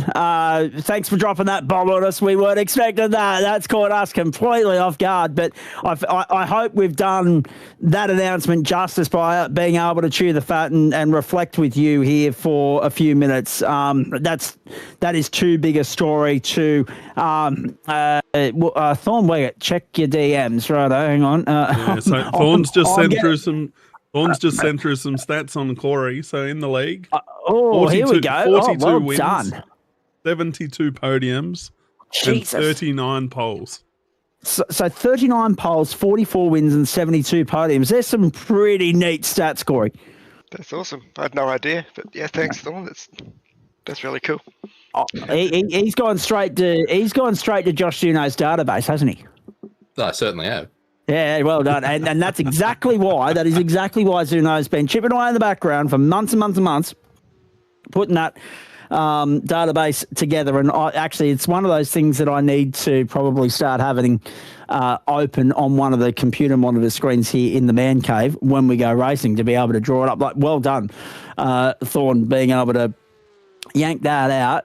Click like that. Fantastic stuff. GOAT candidate, absolutely. I mean, he's up there with Denchy, and I think he will even admit that Denchy's just pipped him at the moment through the fact that he's got those 10 titles. But he's certainly a worthy candidate of GSRC Hall of Fame and other things when those conversations are had somewhere down the track. Mate, I'm going to let you go. You've been brilliant with your time. Come back anytime and have a chat with us. Good luck with the new job. We hope you smash it out of the park. And as I said, we'll catch up for a drink or a sporting event or something at some point. We'll make that happen. And thanks for the entertainment. It's been a hell of a ride. Yeah, appreciate it, mate. Thank you very much. And just once more to the GSRC committee and the crew that have been here over the 4 years. It really is such a good club for guys to come out and race and hang. And everybody in there's so welcoming and professional. Like what you've just pulled out there, Thorn, with those stats, that sort of stuff doesn't get kept in a lot of places. So, yeah, big ups to GSRC, and I'm sure you guys are going to keep growing and being successful. You guys are awesome. Thank you very much. Yeah. And by the way, apologies to you, Andrew Neil. No subtle messages on screen from you, but I had a DM here from you as well. And I'm pretty sure, I'm just having a look, I'm just going to confirm this because I'm pretty sure that the 10 digits I'm reading there resemble the 10 digits I've already got attached to your name in WhatsApp, are they not?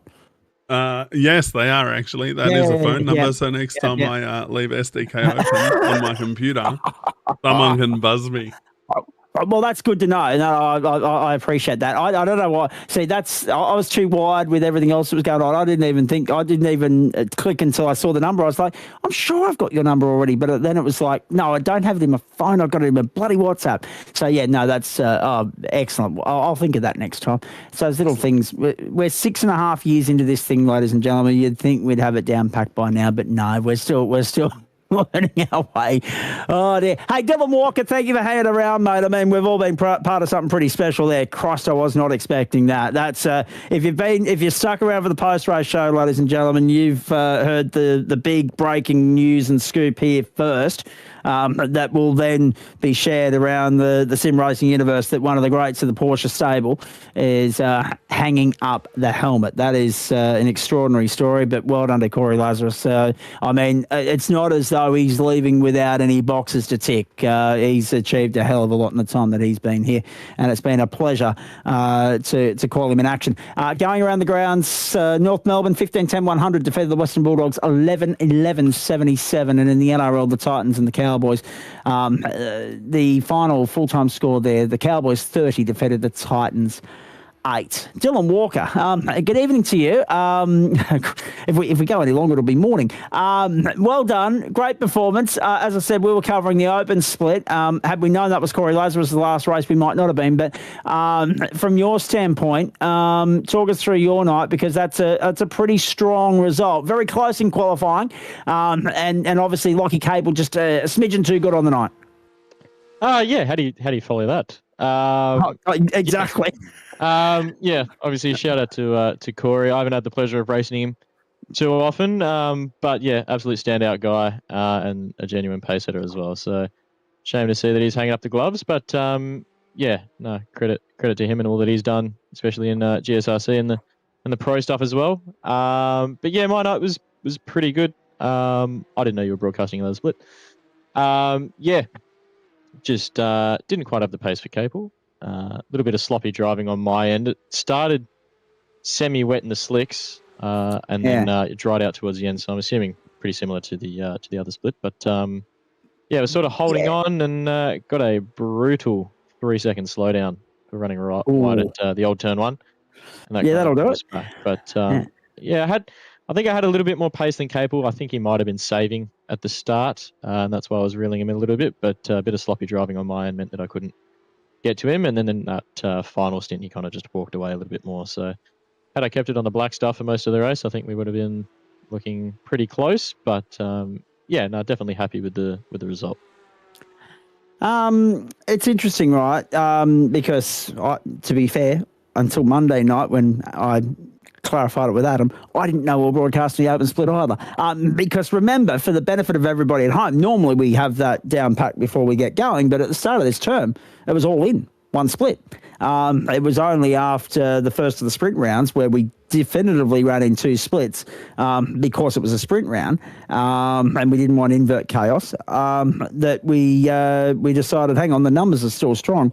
We'll stay with two splits. But with that came a little bit confusion with regards to, okay, well, what splits what weeks? So we now have a bit more intel with regards to all of that, and I'll start adding that into our broadcast banners that go out each and every Monday afternoon. It's interesting, right, because you talked about the by the looks of the times that I saw there for practice and quali appeared to be dry and then it turned wet. Is that right?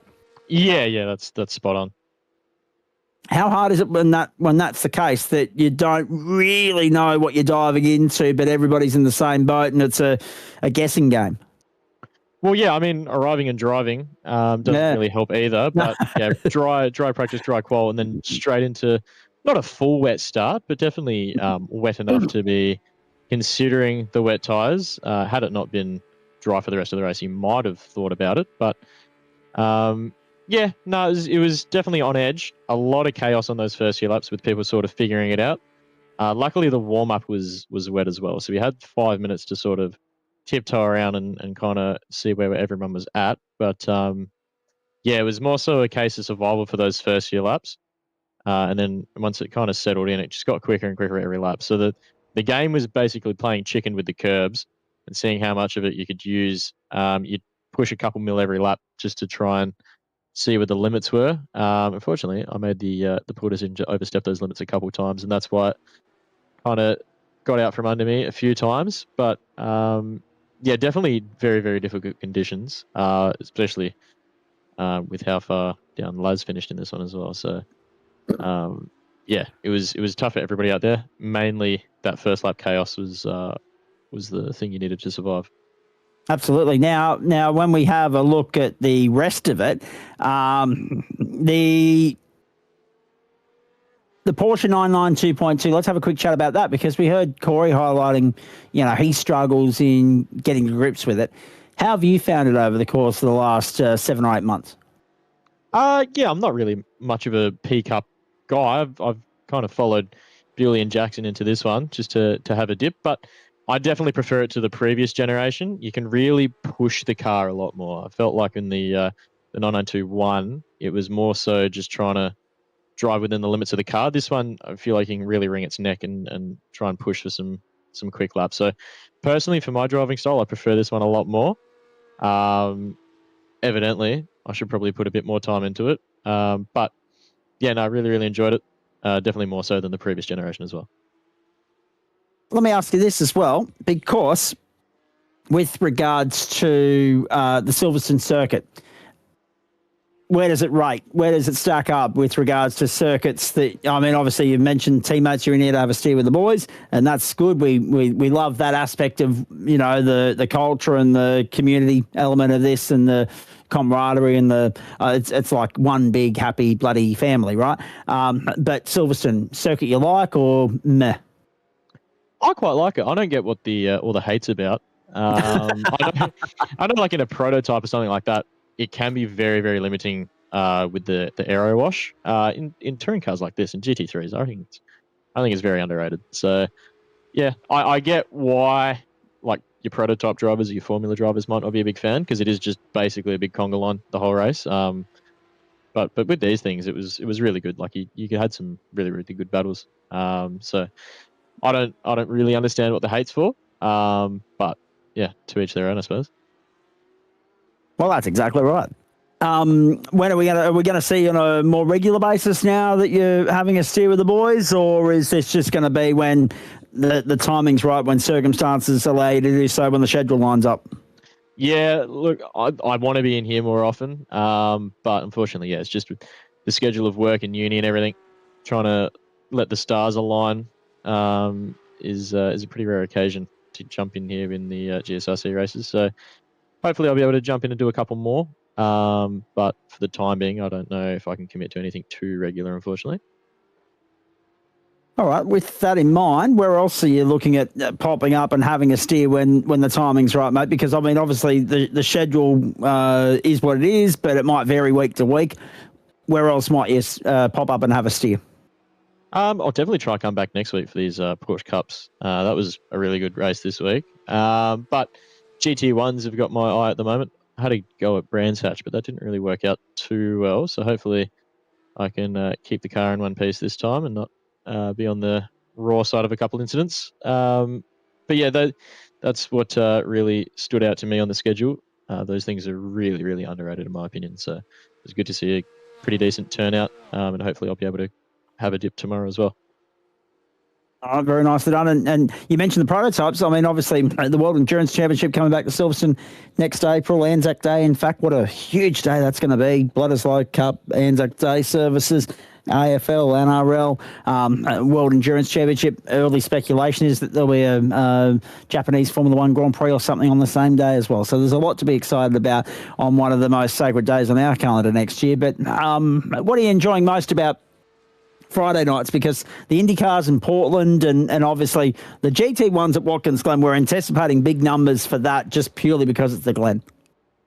Yeah, no, definitely looking at the GT1s for that one. Around the Glen, it's going to be absolutely ripper. So there's two schools of thought around there in the GT1s as well. You can go your high or low downforce, so it'll be a bit of a mixed bag, I suspect, with the setups. But yeah, no, it'd be good to have a dip in the GT1s and see where we shake out in those. All right, very nicely done. Need to stack the grid at the... Oh, well, Thorn, you feel free to jump in and say that on air. I love the multitasking that's going on and the commitment to the comment thread. But you're in the booth. And let's be honest, I agree with you. The Watkins Glen circuit, I mean, the GT1 numbers this season, stay with us, Dylan, the GT1 numbers this season have been brilliant, right? Let's hope we can get some more bums in seats tomorrow night, because obviously hit and miss in a couple of instances the last couple of weeks, but Watkins Glen seems to be a club favourite. 100%, and it's one of the easier tracks to just jump in and drive as well. It's not an overly technical circuit outside of like the bus stop. So if it's something you're learning a new car in, it's one of my favorite places to go to learn a new car, because the track itself is not a complicated thing to understand, but it's also a fun track. Like slipstream fast, big stopping points, so you can get plenty of passes in. It's going to be an RC nightmare, because turn 1 bus stop, it's always a place where incidents pop up, because everyone just loves to get in behind, steal a bit of the draft, and then try and send it down a corner. But that's why we all love the track. So absolutely. Just repeating the breaking news tonight, ladies and gentlemen. Formula RX are pulling the pin on coming up the Queensland Raceway next weekend. You can imagine my phone blowing up deluxe at the moment. There's a few people sliding into the DMs after 10:15 on a Thursday night. That is the story that just keeps on giving this week. Domino number 6, I reckon we're up to, with regards to all of that. Extraordinary stuff. And more still to come as well. As I said earlier, I already know of one defection from AASA to Motorsport Australia that is happening. It's confirmed, it's done, but it hasn't. It's known internally, has not been announced externally yet. But given everything else that's coming to the fore at the moment, watch this space. Hey, Dylan, with regards to next week, should we see you on the grid for the Porsches? It's the Hockenheimring. Now, we recently had our GT3 series there. Not everybody's cup of tea, but by gee, it's a good racing circuit when we go sprint racing there. Yeah, absolutely. I'm wanting to be there. I'm hoping to be there. It's whether everything lines up. So the plan is yes, but don't be too disappointed if I don't rock up. Hockenheim is going to be an awesome track as well. You saw it in Porsche Pro. Few incidents in that one. Hopefully we can keep it a little bit cleaner. Yeah, just a few. Yeah, hopefully. I'm sure we can keep it a little bit cleaner than the pro guys, right? So yeah, it'll be interesting to see where everyone sort of shakes out in that. Obviously, a lot of those pro guys were racing tonight as well, so it would be quite the race, I reckon. Absolutely, mate. Hey, just quickly as well before we go, the Porsche Pro Series, some cracking racing there at the moment. Hard to believe we've already hit halfway there too. Yeah, absolutely. I mean, credit to the team and what we're sort of doing with Bewley, Brock, and Widdus. Very good car speed in a lot of those races recently. So massive shout out to them and what they're doing. It's really, really good to see how far the team's sort of come in this past sort of 6 months. It's really, really impressive from what all the boys are doing. Indeed it is, and it's very impressive to see so many people getting around it, and already the fuel in the fire with regards to people wanting to get involved next year. And again, that goes back to what we were saying, to Corey. It's that FOMO effect, isn't it? Like, people see everybody else out there having a good time, having the time of their lives, and they're like, oh, come on, where's our invite? What's going on here? Why can't we get in on the action? And that's why the sim racing community is thriving so beautifully at the moment, mate. There's a lot of people wanting to get involved. And we thought, a couple of years ago, we thought, oh, yeah, we'll get a couple of good years out of this. And once the world goes back to normal, thanks very much. But, duty calls, life calls. But no, the sim racing world continues to thrive, and it just continues to grow beyond any of our expectations. Yeah, exactly. I mean, you just got to look at the boom that it had in COVID, and that sort of hasn't really gone away. So, yeah, it's really good to see that it's sort of opening up a lot more. There's a lot more money coming into it as well, especially with all of the top level pro stuff. But that's starting to trickle down a little bit now, which is really good to see. I'm I mean, you mentioned a lot of people having the FOMO for Porsche Cup. I'm definitely going to throw my hat in the ring for next season, see where we sort of shake out. But yeah, I mean, sim racing as a whole, the way that it's sort of grown over the past like 5 years is really, really good. So hopefully it's onwards and upwards with that. And then more of that money sort of trickles down to the semi-pro, like it sort of has been over the past few months. But yeah, no, it's really good to see. Yeah, and that's the thing we've been saying for a while now. And Torn was here when we were having these conversations as well. We've got the likes of the ASRG and the Pro Series, and that's Porsche and Supercar, obviously. And then we've got all the next step down in that pyramid, all looking to get up into the preeminent series in the country at the moment as far as sim racing is concerned. Like the ASRG, there's no secret that they're kicking goals and leading the way, and everybody else is following through. And but it's the fact that you guys can then go back and race in your leagues and your clubs every other day of the week that keeps you guys match fit as well. Yeah, exactly. And you touched on it before. It's like it sort of brings everybody up as well. Like the level is always on the rise. I mean, you can just look at the number of people at 10K high rating now. A couple of years ago, it was like a unicorn. Now there's a couple hundred, I believe. So yeah, everyone's on the up sort of pace wise, and I think that is coming from the top down, which is really good. Very nicely done. I mean, obviously the team environment of this as well, mate. Give me an update there. I mean, outside what you're doing, how's the rest of the team faring as we hit what is? I can't believe I'm saying this. We're into the 8th month of the year already. 2/3 of the year has almost come and gone. Where the hell did time go? Yeah, you're telling me, mate. Yeah, I know.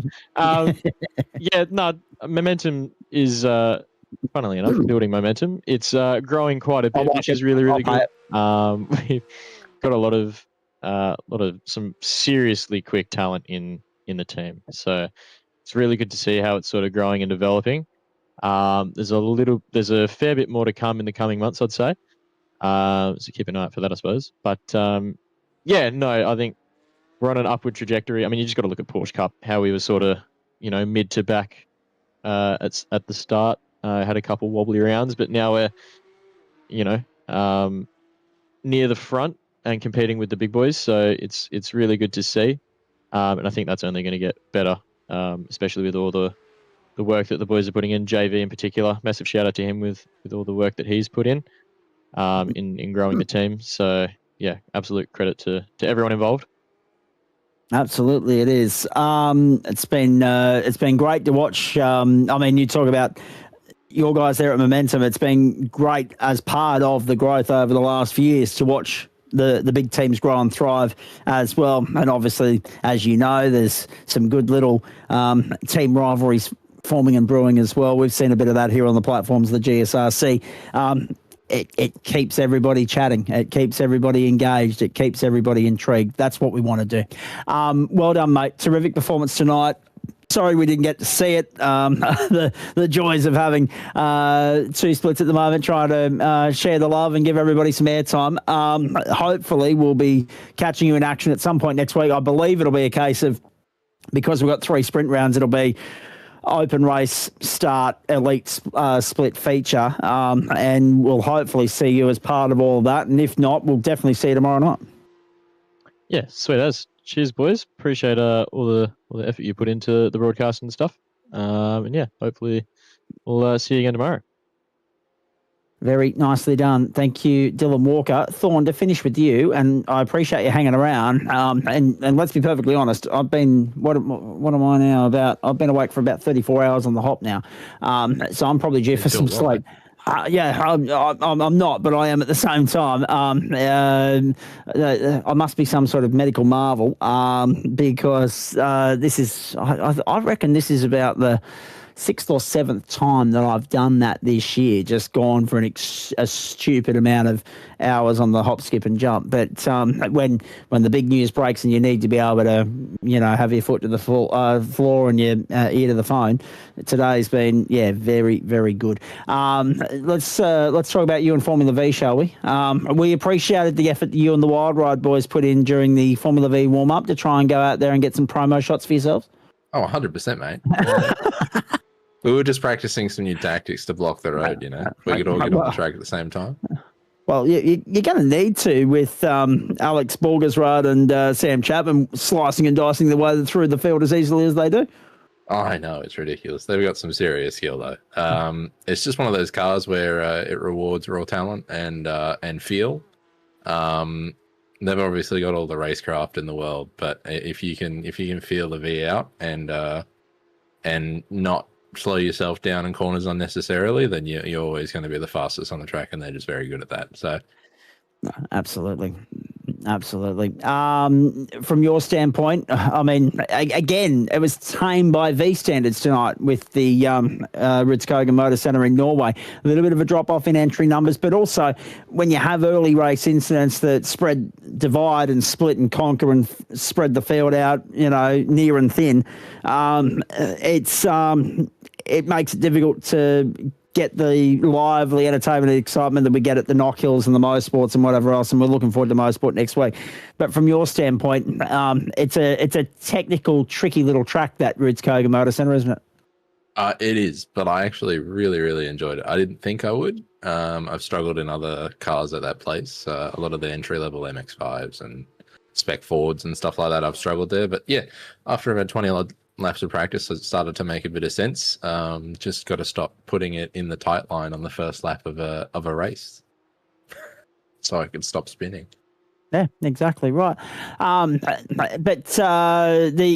going to say that surely the result's got to come at some point, mate, because I mean, as we know, it's Formula V.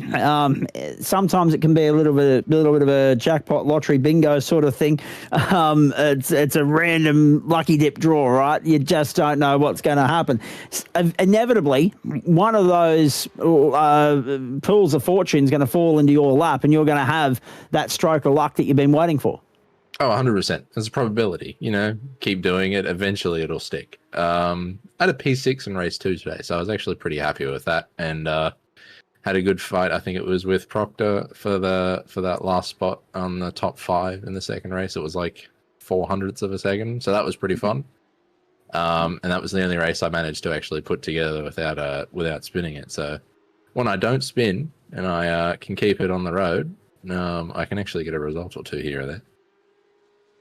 Yeah, exactly right. And let me ask you this: how are you enjoying the juggle? So you jump out of the cockpit, you jump straight into race control. It makes for a rather full-on sort of night, doesn't it? I really enjoy it. It's definitely one of those things where I've got a lot of time and I need to fill it, and this is what I love to do. I'm all about all things motorsport, sim racing, anything like that. And and it also helps the club. Like, the quality of racing always goes up when you have a race control. The FVs are a very good example of when we don't have race control most of the time. It can turn into a bit of a brawl, which is why we love it. But at the same time, you have too many of those, and people start to get a bit frustrated and a bit grumpy. Indeed. Now, with regards to tomorrow night, where are we going to see you popping up, please? Well, I'm doing race control for GT1, and I'm probably going to be doing race control for Indy by the looks of it at the moment. Right. So I am race control for all evening at this point. So you get all evening listening to Trucker and I do our best work. 100%, mate. 100%. If anything's to go by, every time I RC a session, they all calm down a little bit. So I don't know if that's just a thing I do, or I don't know. Yeah, well, that's the thing. If there's a non-RC controlled sort of session, they know they're not going to get whacked over the knuckles on the night. Whereas if you're in there, they know that you're running a fine-tooth comb over it. Yeah, 100%. I do enjoy that. Yeah. But in saying that as well, I appreciate the support, but I'm not sure. I'm not sure the club needs me 6 nights a week, or the audience needs me 6 nights a week. And at the same time, I was having this chat with a colleague earlier today, and he said, journalists, right? We're either the journalistic life. You're either single and young, or single and old, or battling to juggle your married life and your family life because your journalism life rules your life, right? It's 6 of one and a half dozen of the other. And as a result of that, there's part of me that thinks, oh, yeah, maybe I should leave a little bit of time in the social schedule to give myself the opportunity to maybe find something, of a bit more substance in life before such time as I'm too old to bother. Which means that, I think 4 nights is sufficient at the moment. Back in 2021 though, you weren't allowed to leave your postcode, Thorn. So Yeah, 100%. 100%. I get you there. We bloody well lived in here. It was great. I'm sad I missed it, to be honest. To a point, we still do live in here, but that's but no, it was interesting because I make no mistake. If we were to go to Tuesday nights, I'm not technically available because that's when I go and do my trivia with my mates. But at the moment, I'm actually enjoying the fact that we've got Dale and Jordan on standby to cover me on Wednesday night at the moment, because the Porsche schedule is so busy. It's full on at the moment. But it's also allowing me to jump in and lead the Monday night, there's no way I'm not coming on a Thursday night. I'll be here every time Formula V's on. Don't worry about that. And then on a Friday night, I love the IndyCar series at the moment. So and it's the thing of I'm happy to be the team player and not let the team down. If we're short on troops, I'll happily carry some extra freight. It doesn't worry me. We love it though, and just to finish on Dylan Walker's comment as well, we were talking about the growth of the sim racing community. Extraordinary growth in this club at the moment. Numbers back towards where they were back in 2021, up in the 500s at the moment, which is an extraordinary reflection of how popular the sim racing universe is at the moment, and the growth of it since COVID, but also clearly we must be doing something right if they're still coming back, and they're bringing 100%. New friends with them. I'm bringing someone new every other week at this point. Wild Ride's gone from, I think we started off with maybe 3 of us, and now we're 17. We're getting some complaints soon. I was going to ask where we were with regards to numbers and all of that, how many we're up to already, because I would hazard a guess that every time you're bringing someone back, it's on the proviso that they run under the Wild Ride banner. Oh, 100%. 100%. But it's something I actually really enjoy too. So we're all, like, the V's is not something we take too seriously. We're out there to do good racing, but it's not something we're going to sweat out every other day to try and get those last few tenths, because those other guys are just freaks. But we love jumping in a call all together. There's like 6, 7, 8 of us, and we're all just having a good time, which is what the V's are especially all about. But it's just what the club's about. We're having fun. We're doing well in a lot of our GT3 stuff, which is our serious aspects. And it's just been a good experience. Some would say a wild ride, get the pun in there. I like it. I like it, and you know me, I'm all for the pun. If the option and the availability and the possibility is there to slide it in, I will happily do it. It's one of my favourite things to do, because you're just wanting to pay attention to see who's listening and who latches on and who's aware that that's what you're up to. I love it. Hey, well done, mate. Thoughts on next week for your racing agenda, because not so much about the race control, but 90 minutes at the Circuit de la Sarthe for GT3. That'll be a grind, but at least it'll be a full throttle sort of grind. A lot of wide open full throttle action there. And then, of course, when we talk about Formula V, Canadian Tire Motorsport Park, one of the underrated tracks in the world and not used enough on this platform. I haven't actually bought the track, so come on, reminder. I've got to jump on that one before the Thursday. That's your homework for the weekend. Yeah, that's it. 100%. 100%. But no, I'm really looking forward to Le Mans. That's going to be a lot of fun. I really like the track. I've got some decent pace there too. And after my last 2 sprint rounds, I really need to make sure that this is a good one. To stay in touch with Todd up at the top end of silver. Very nicely done, and good luck with that too. By the way, is the aim to get bumped up into gold at some point, or are you happy just sitting there in the silver? I think I'm actually locked into silver. I'm not 100% sure. I think Adam. Oh no, I mean for next term. Oh, for next term. Oh, look, if I move up, I move up. Wherever I belong pace wise, is wherever I belong. If I stay in silver, I'm happy to be there and try and maximize results. If I'm in gold, I'm happy to try and develop and get a little bit faster, racing some of the faster guys. So yeah, that pace stuff doesn't bother me. I'm happy that we get to lock in for a championship battle now. That part's exciting. But yeah, come next season, if I get bumped up, I get bumped up. That's just how racing works. Indeed. Hey, very nicely done. Thanks for staying back and hanging out with us for a little bit tonight. We appreciate that. Better part of something pretty historic. I'm still blown away by the fact that we got the exclusive. If you're just joining us, so there's been 2 bits of breaking news tonight. One is obviously from the real world, and that is a story that'll just keep on developing. So watch that space. That post will update with regards to Formula RX8.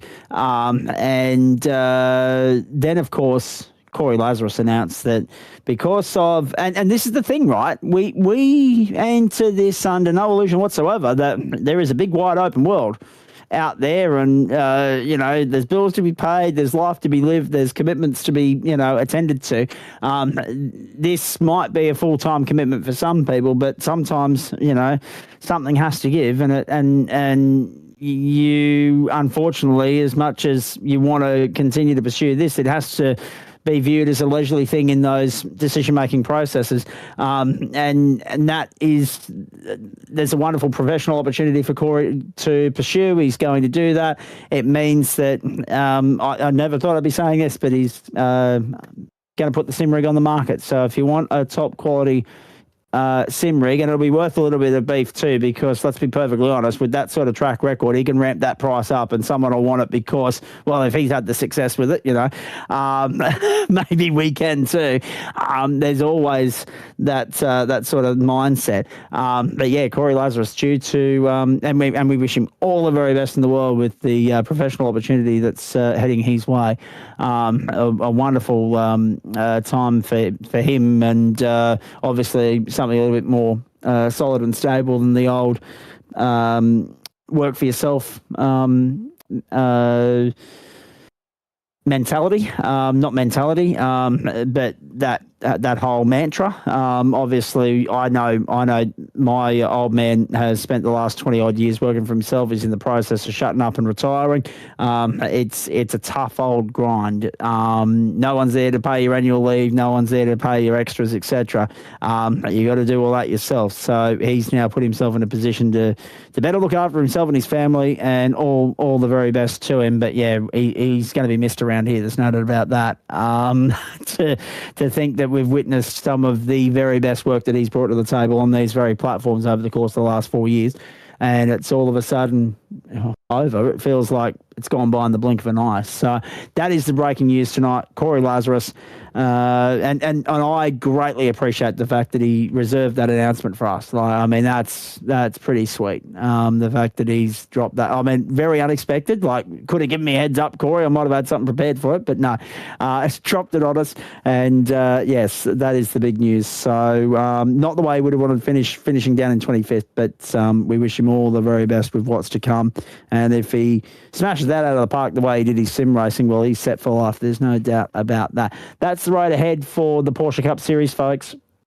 Hockenheim, Interlagos, Imola, Monza, 4 Formula One Grand Prix venues on the hop. And then Road America in round 10, grand final week on September 10.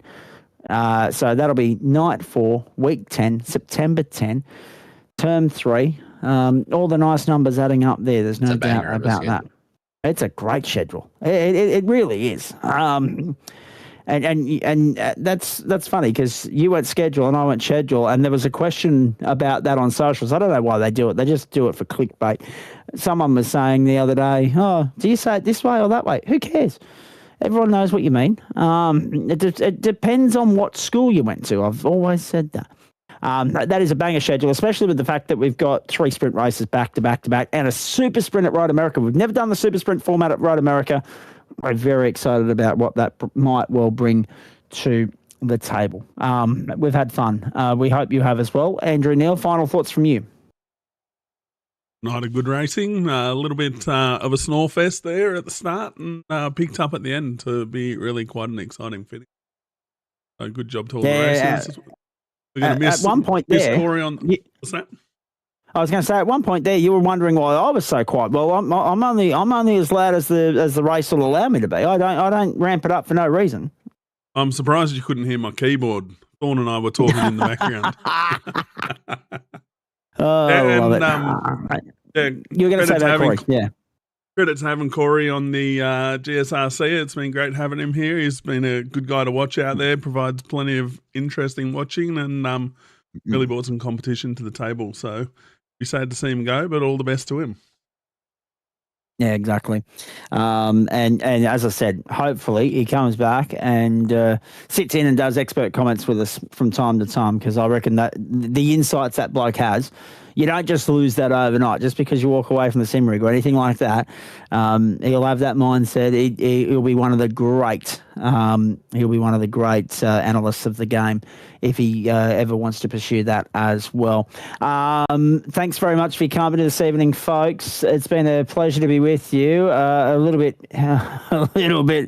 all over the shop with a couple of different things going on, but we got there in the end, and that is all that bloody matters. And we're nearly at 11 o'clock, so we may as well wrap this baby up. Disruptive Labs, merch.tgsrci.com, Flash Graphics, Waste Options, and Trophy AI are the people that we need to thank first and foremost, because without them, not least the members, not least the viewers, none of it happens without those great people. So support the people that support us across the top and the bottom of your screen. And then also reminder that if you want to get involved in anything that we do here and how we go about it, race.tgsrci.com is where you go for the who, what, when, where, why, and how of this great club. And if you want to buy any of the great merch from our merch store and show off your support for the platforms of the Gentleman Sim Racing Club, merch.tgsrci.com or gsrcmerch.myshopify.com is where you go for all the relevant information. That's the road ahead for you. Start at Watkins Glen tomorrow night, 40 minutes there. GT1 Civil War, Andrew Dyson just carving it up at the moment. He's in a different stratosphere in that series. There's no doubt about that. 7:30 Eastern, broadcast to be determined, but we're 4 from 4, so I'm back and trucker in for the perfect 5, the full hand to start the season, and hopefully it'll be 5 from 5 on the run home as well. 40 minutes the journey, 7:30 Eastern. Hope you can join us for that. If we can't be with you for whatever reason, results in the IndyCar broadcast, which will kick in at about 8:30 Eastern. Portland the stop, 55 laps. We've got a lot to look forward to there. And we have Ethan Morris on an absolute tear at the moment. He's got 4 from 4. Portland, of course, the stop for the IndyCar Series proper this Monday morning at 6 a.m. Eastern Standard Time on Stan Sport. So a nice little bit of real world to sim world symmetry there with that stop on the tour. Same applies when we go to Laguna Seca and Milwaukee in the coming weeks as well. Unfortunately, we don't have the Washington circuit already scanned on in the iRacing universe, but that's okay. So yes, that's tomorrow night. We will also, in that broadcast, spin the wheel, the Friday night wheel spin for the Mountain Men car of choice. We'll determine that through the wheel spin. Yes, baby John Burgess, spin the wheel. May I have an S for Sam, please? So 32 laps of Mount Panorama, 200 kilometres, 8 p.m. Eastern Standard Time, Saturday night. Hope you can get stuck into that. It's one of the great staples of this club. Next week, the start of the second half of the term, I want you to make note of Monday nights. So the Silverstone circuit in England, a 30-minute race there. 7:25 Eastern Standard Time for Wings and Slicks Formula 103.5 with thanks to Waste Options. So we're seeing a bit of Silverstone at the moment. Of course, we had it for the Porsches tonight. I'm thinking that obviously we've got it next Monday night, and I'm sure I've seen it pop up elsewhere on the schedule. I think it might have been for the GT1s. I think we're here at some point for them too. So a fair bit of Silverstone this term. Hopefully it'll deliver a good race on Monday night, especially considering it is the longer form 30 minutes rather than the sprint. And then we're off to the, there you go. We're off to the Circuit de la Sarthe, south of France, Le Mans, and we're looking forward to that. It's a 90-minute race, kicking in around 8:30 Eastern Standard Time. Now, ignore the banner. It's the gold split, not the platinum and silver. It's the gold split, and that kicks in from 8:25. Important to note, no post-race show next Monday night. We're going to rip, tear, rush, bust through it with the results from the other three splits, and then get you out of here. I'm not the world's biggest fan of the rip, tear, rush, bust format. Stand by now for 9 News. Oh, wait, sorry, News follows the football running late. The reason for it is because our broadcast coordinator, Adam Lavis, who works tirelessly behind the scenes for this great club, he's on an early call at the moment with his work schedule. That's why we don't have championship points for you tonight. He's basically first in charge at the moment, and his alarms are going off at stupid o'clock in the morning when hopefully I'm still asleep. And as such, he will be getting out of here as quickly as we possibly can on Monday night to get as much sleep as he can, ready to go to work on Tuesday. Oh, look at Andrew Neil go on the hop, eh? There's the gold split for you. I only had to talk long enough, and there it is. Look at that. Gold split, Monday night. But yeah, no post-race show. Obviously, the results, yes. Championship points, no. Interviews, no. And it'll be relatively the same the week after. We can probably get back to normal programming for week 8, which will be good too, because it'll be nice to touch base with everybody at that point. Tuesday night committee choice. Excuse me, Phillip Island, the gateway to hypothermia. Full reverse grid for the...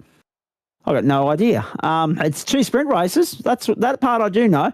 The server opens at 7 o'clock. The race will be around 8 o'clock. I just don't know what the bloody hell you're driving at the moment. Let me see. Oh, no, there it is. The Fez 488 Evo GT3. Fez. You're in the Fez on Tuesday night, ladies and gentlemen.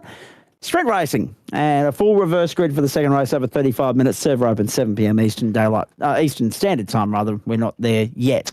The Americans are. That's part why I'm a bit confused, because we're off to America on Wednesday night in the entree slot at least. The Long Beach Street Circuit in California. I'm not here again. I'm on a horrible run as far as Wednesday nights are concerned. I think I'm here for weeks 7, 9 and 10 as far as Wednesday night motorsport is concerned.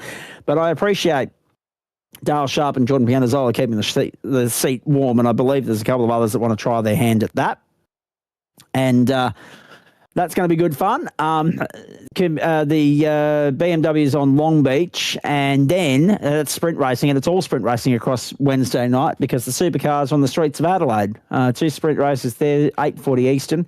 You're looking after that one, aren't you, Neely? So Andrew Neil, Dale Sharp, and Jordan Pianazzola with you for that Wednesday night motorsport across the platforms of the Gentleman Sim Racing Club. Thursday night, as we've already said, that is a tantalising doubleheader and prospect there. Canadian Tire Motorsport Park, that will not disappoint. In fact, if you're going to turn up for anything, turn up for that, and maybe stay for the Porsches if you can. If you can't, I understand, but do not miss the Formula V. They'll be going 3 wide through the right-hander off the end of the back straight. They'll be trying to sort themselves out to get round on the main straight. It will be carnage. It'll be entertainment plus. The decibel meter will be far higher than it was at any point tonight at Rydskogen. That will be probably one of the rounds of the season. Next Thursday night, 7:25 Eastern Standard Time. Matt Schmidtke and I with you for that. Then Neely's... are you here next Thursday night? Yeah, excellent. Bat and change at about 8:40. Neil takes over from Schmidtke. Schmidtke goes and drives. Hockenheim, the venue. 2 sprint races there. We'll bring you race 1 from the open split, race 2 from the elite split. And that will be the first of 3 consecutive sprint rounds in the Porsche Cup Series. Brilliant stuff. Looking forward to it immensely. We're only a week away from Test cricket, believe it or not. A week away from Test cricket. Australia and Bangladesh this time next week. Really excited about that. Merch store, there it is again. Merch.tgsrci.com, gsrcmerch.myshopify.com. Doesn't matter which address you punch in, it takes you to the same place, ladies and gentlemen. There is the range on the left-hand side of your screen. The bucket hats, the stubby coolers, the shirts, the singlets, the jumpers, you name it, they've got it. And I think we're done on that note. I just want to confirm. We mentioned earlier, Cowboys too good for the Titans. Kangaroos too good for the Bulldogs in the AFL. Was there any other sport on tonight of any note that I haven't yet covered off?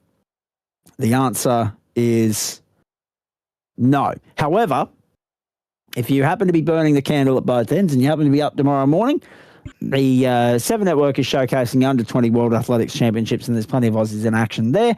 And you can catch the coverage from 3 a.m. Eastern and 11 a.m. Eastern Standard Time. And we're back with you tomorrow night for Friday Night Motorsport. We'll have updates from the NRL and the AFL right throughout the course of the evening. Good to have MotoGP back this weekend as well from this very venue, the Silverstone Circuit in England, where tonight it was confirmed that they will be going back there in 2027 and 2028 as well, taking care of one of the to-be confirms with regards to their 2027 season.